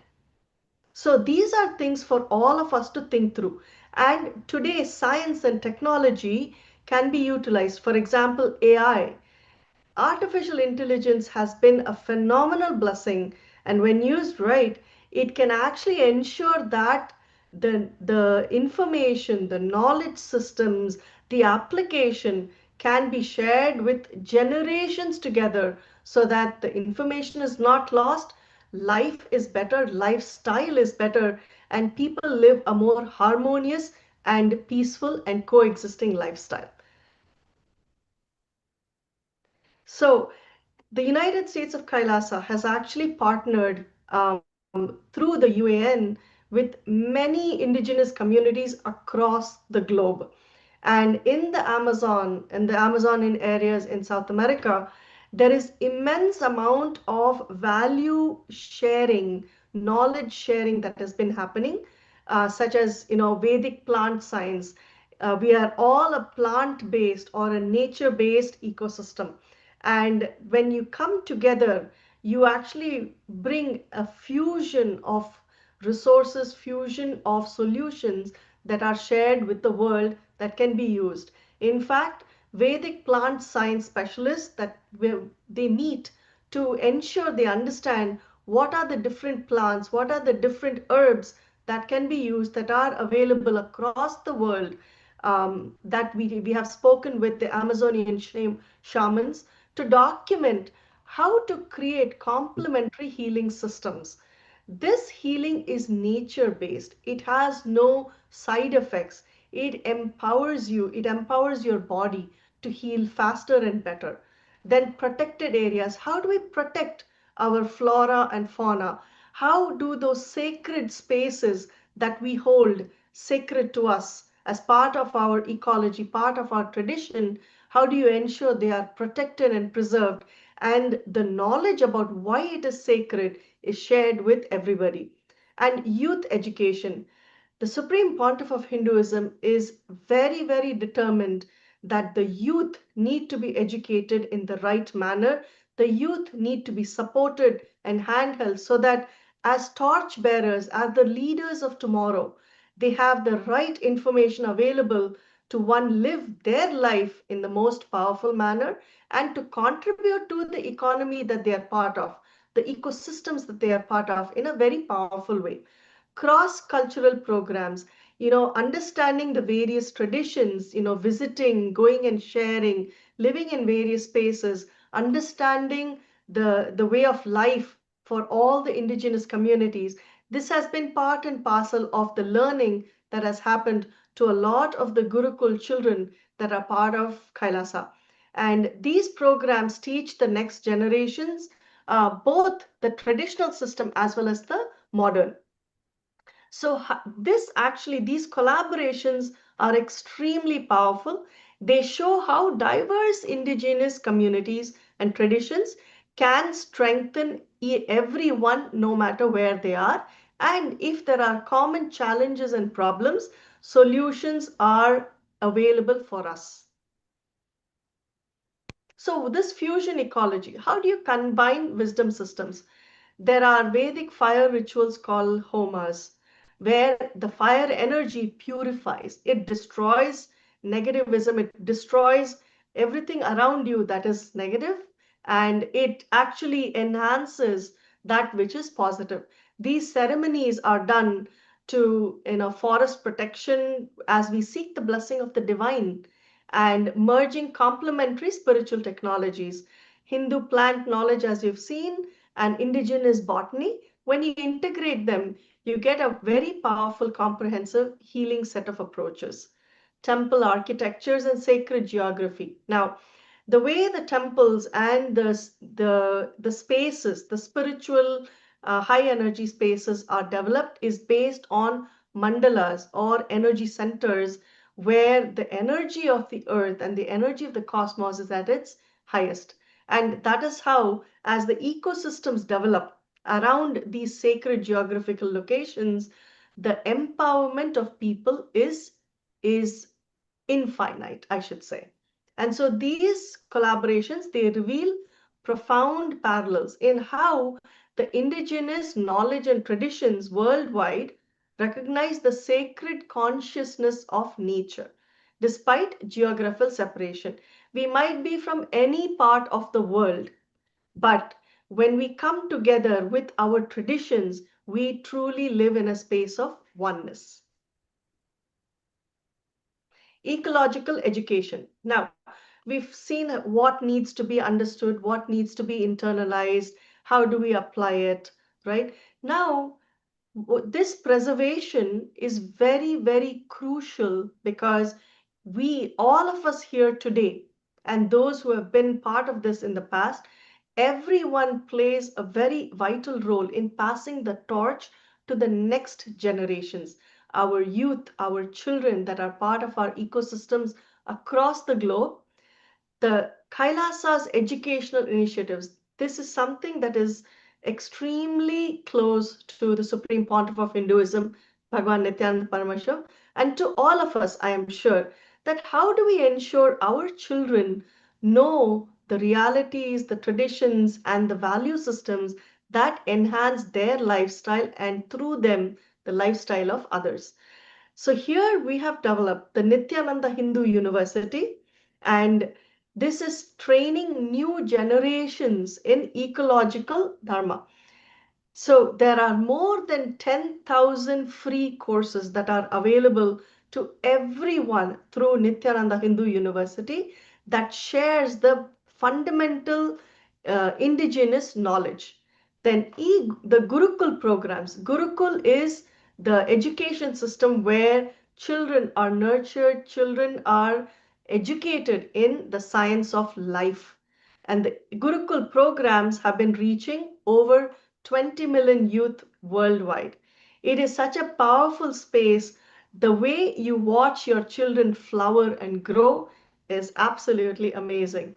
The ancient sciences that are taught alongside these contemporary environmental sciences, then practical apprentice. So a lot of the children, a lot of the people who get to understand this knowledge, whether through the Nityananda Hindu University or through the Gurukul programs, they get to go and sit and be a part of our ecosystems that exist across the world to practically apply, to volunteer, to have apprentice, to be an apprentice, to have apprenticeships in traditional ecological practices. When you sit and be a part of these ecosystems, you are given the training and you are able to understand how to apply this knowledge in life today.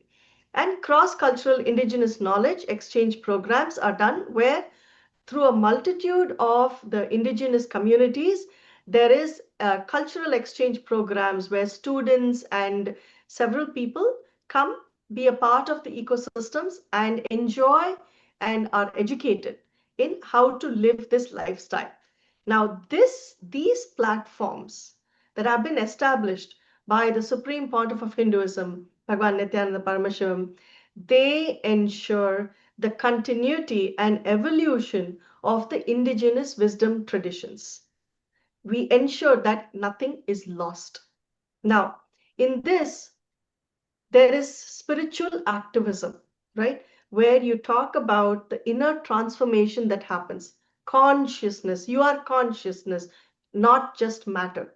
So these consciousness-based practices that shift how you live, the community building.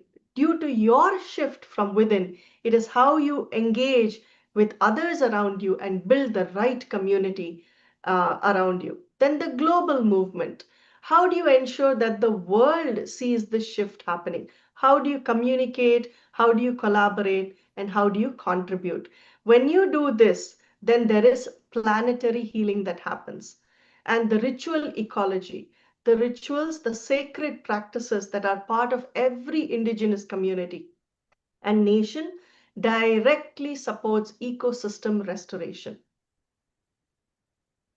Now, how does all of this come together, right? We talked about the UAN, and so now it is alignment with global frameworks. The UN has declared 2021 to 2030 as the decade on ecosystem restoration. They have developed sustainable developmental goals to ensure that our ecology, our biodiversity, our earth, our planet is sustained in the most powerful way. Everything that is powerful is revered and respected and maintained and protected. Now, the Kailasa's temple ecosystems are true restoration models for this. The sacred grove revivals are supporting biodiversity goals. The traditional water systems enhance watershed restoration. And we have also submitted several papers on thesis and research that has been done for, so many of them. And we've had so many of our papers, in fact, more than 20 to 30 papers that have been published on the research that has been done by Kailasa. The Kunming Montreal Biodiversity Framework is one such, where there is indigenous stewardship for protected areas, traditional knowledge integration in conservation, community-led preservation of genetic resources, and biodiversity, right, according to this framework, is fundamental, as you have seen through this entire session, of how it is fundamental to human well-being, a healthy and a thriving planet, and economic prosperity for everyone. We are all here to thrive and succeed and grow. How do we support each other in making it happen? That's what the global frameworks and the alliances do for us. Now, um, here, what is it that we do to move forward? What are the action items? What are the decisions, and what is the responsibility that we are going to share? So when ancient wisdom and modern science walk together, humanity and nature both prosper. This is a very, very profound saying that I've heard from the Supreme Pontiff of Hinduism, Bhagwan Nityananda Paramashivam. In this, there are key insights on the ecological renaissance that Kailasa is actually implementing and suggesting to the world. Living laboratories, as you've seen, all the Kailasa ecosystems demonstrate how the ancient ecological principles can be applied to contemporary challenges, which create really measurable improvement in biodiversity and resilience. Consciousness comes first. Human consciousness and the way we apply ourselves is the primary thing that brings this entire gamut of changes. Indigenous wisdom, using the knowledge that is ancient, that is time immemorial, that has worked in the past and that works today and will continue to work in the future. This is something we use. And the spiritual foundation. See, when environmental practices are rooted in spiritual consciousness-based principles, they become a part of our cultural identity rather than external obligations.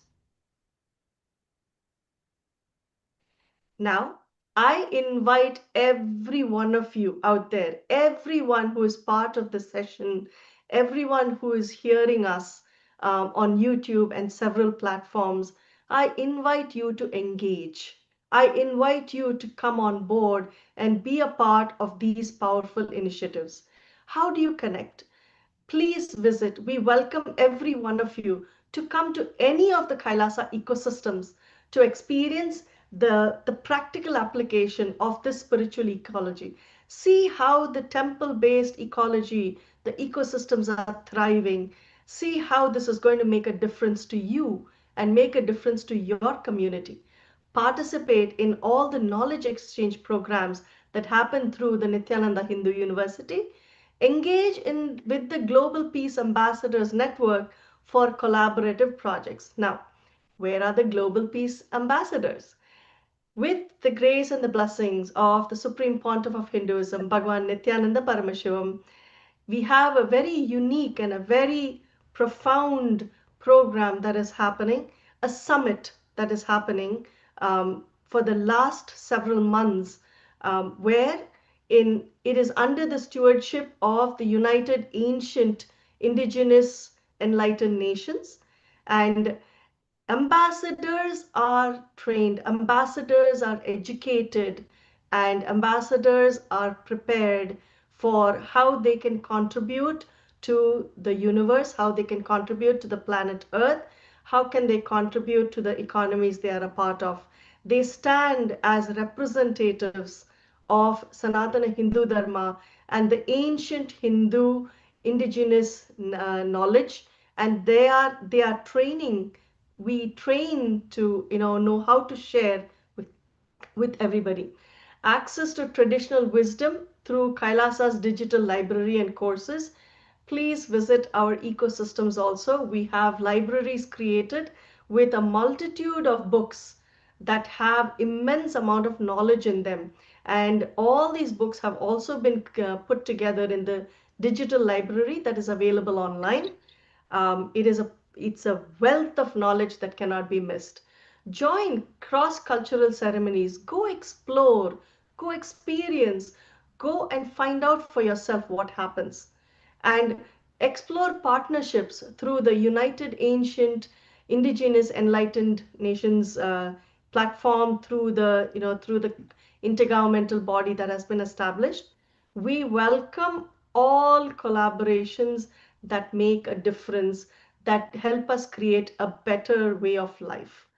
We want to have every one of us join hands in this initiative to seek and restore humanity's sacred relationship with nature. Like what Swamiji had shared, we are not here to just plunder and use the resource and be done, but rather we are here to thrive, to grow, to protect, and to enhance life as it is today. We invite everyone to this summit that is happening. The next one is exclusively, as you can see, between October 1st and November 1st at St. Kitts and Nevis. So let us hear a little bit about it, as you can understand how powerful this program is, how meaningful it is, and how contributing it is to today's economy. The United Ancient Nations serves as an international cultural and diplomatic organization focused on uniting indigenous cultures globally. Our governance structure is council-based without territorial claims, led by a collective leadership through our General Secretariat. As a non-state entity with UN-style advocacy, we focus on several key areas: cultural and digital heritage preservation, indigenous diplomacy, revival of indigenous knowledge systems to solve humanity's problems, global peace, environmental preservation, health and wellness, sustained economic development, indigenous and cultural tourism. While the UAN represents numerous indigenous cultures, the United States of Kailasa served as the first indigenous nation specifically for Hindus. Kailasa's mission is focused on the revival of the ancient enlightened Sanatana Hindu civilization with a formal governance structure including a head of state, ministers, and ambassadors. Under the leadership of SPH, Supreme Pontiff of Hinduism, Bhagavan Nityananda Parameshivam, Kailasa has achieved recognition as a sovereign subject of international law, possessing distinctive attributes of juridical statehood. The United States of Kailasa is the main sponsor of the proposed UAN headquarters. This initiative would bring forth an estimated $100 million in revenue for the host country through summits, conferences, tourism, and development projects. The proposed UN headquarters would represent the world's indigenous nations and peoples through its architectural design. It would blend the best of all worlds, featuring top modern architecture, the highest green building standards, and ancient Vastu architectural principles. This headquarters would serve as a central hub for indigenous diplomacy, cultural preservation, and collaborative efforts towards sustainable development and global peace. Through this initiative, we aim to create a dignified platform for indigenous leadership rooted in ancestral wisdom, cultural legitimacy, and collaborative innovation, enhancing global dialogue and regional stability. The establishment of the UAN headquarters would position a host country at the forefront of a global movement promoting indigenous wisdom while creating significant economic opportunities for the nation and its people.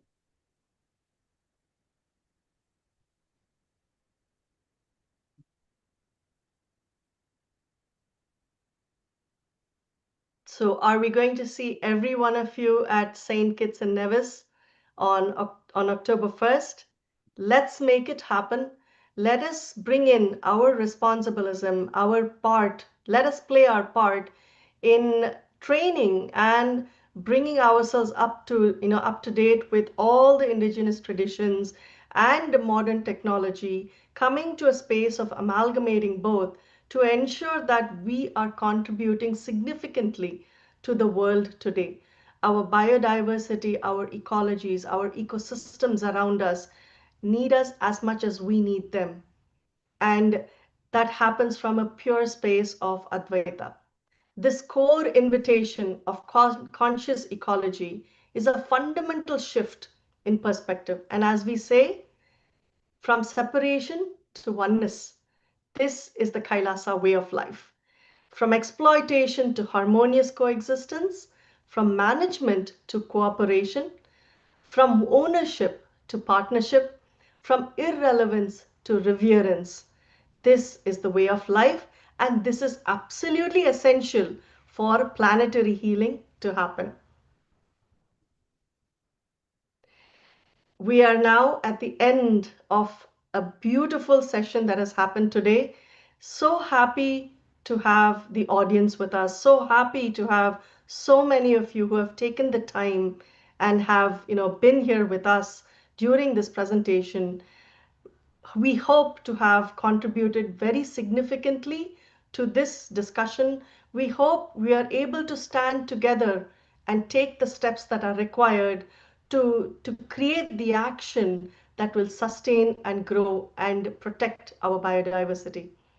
I want to really take this opportunity, along with Dr. Srilekha and along with Ma Shivananda, deepest gratitude and appreciation to the Supreme Pontiff of Hinduism, Bhagavan Nityananda Paramashivam, for reviving this ancient wisdom, for giving us all these platforms and the knowledge to ensure that nothing is lost. So we thank you, Swamiji, for this immense amount of knowledge that you have shared with all of us and the world.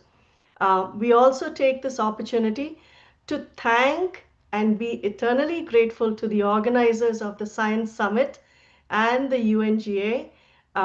Without this platform, this presentation would not have been possible. We are so happy to be a part, and we are so happy to collaborate with the Science Summit and the United Nations on every aspect possible for human and ecosystem development, for the world to be a better place. And we want to thank also all the different indigenous nations and communities and the wisdom keepers who have ensured that traditions are not lost, who have preserved this ecological knowledge for the world. The scientists, technology and science is essential as much as the indigenous wisdom is. The scientists that are bridging this traditional and contemporary approaches, we really thank you for being there to bring this to the forefront. The communities worldwide that have taken the responsibility to practice the spiritual ecology, you are a role model. The communities are a role model for so many across the world to know how to live life better. And then, more than anything, thanking every one of you who has participated today, every one of you who is part of this session, for engaging, for giving your inputs, for giving, sharing your thoughts on these ancient solutions to our modern crisis. So we take this opportunity to ensure that, you have our commitment as part of Kailasa's ecosystems and through the United Ancient the Indigenous Enlightened Nations. We are committed to make this a reality for people. We are committed for this way of life to be nurtured and shared with the rest of the world, to make our planet a better place for all of us and for the future generations together. Thank you so much, and really thank you to my co-panelists, my Thank you, Shivananda ma'am. and Dr. Srilekha. Thank Thank you. I want to say one word here that each one of you who signed up to be a part of this conference is actually saying a big yes to cause this positive change for the planet Earth. Don't feel intimidated by the amount of knowledge that has been shared. All of this is going to be given as a individual's experience, handheld by the absolute love and compassion of the master, where he's providing this program absolutely free of charge for anyone who wants to be a part of this mission to change the world and make it a better place to be. And I sincerely thank each one of you who have been a part of this summit. And sincere thanks to United Nations Science Summit, the organizers, the panelists, my moderator, my co-panelist, Ma Shivananda, and everybody who, as a part of the Nityananda Sangha, inspired and helped us in their own way to deliver the vision and mission of His Divine Holiness, the Supreme Pontiff of Hinduism, Bhagavan Nityananda Paramashiva. Thank you.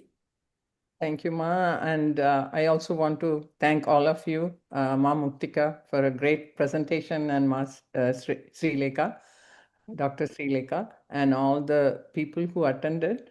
And of course, Supreme Pontiff of Hinduism. Without his knowledge, we wouldn't be doing this. And UAN for United Nations for giving this opportunity to do this. And we all gained a lot of knowledge through this. Now it is our responsibility to go and practice it in our daily lives and enhance other people and give this knowledge to them. Reaching out to them and sharing with them is our responsibility.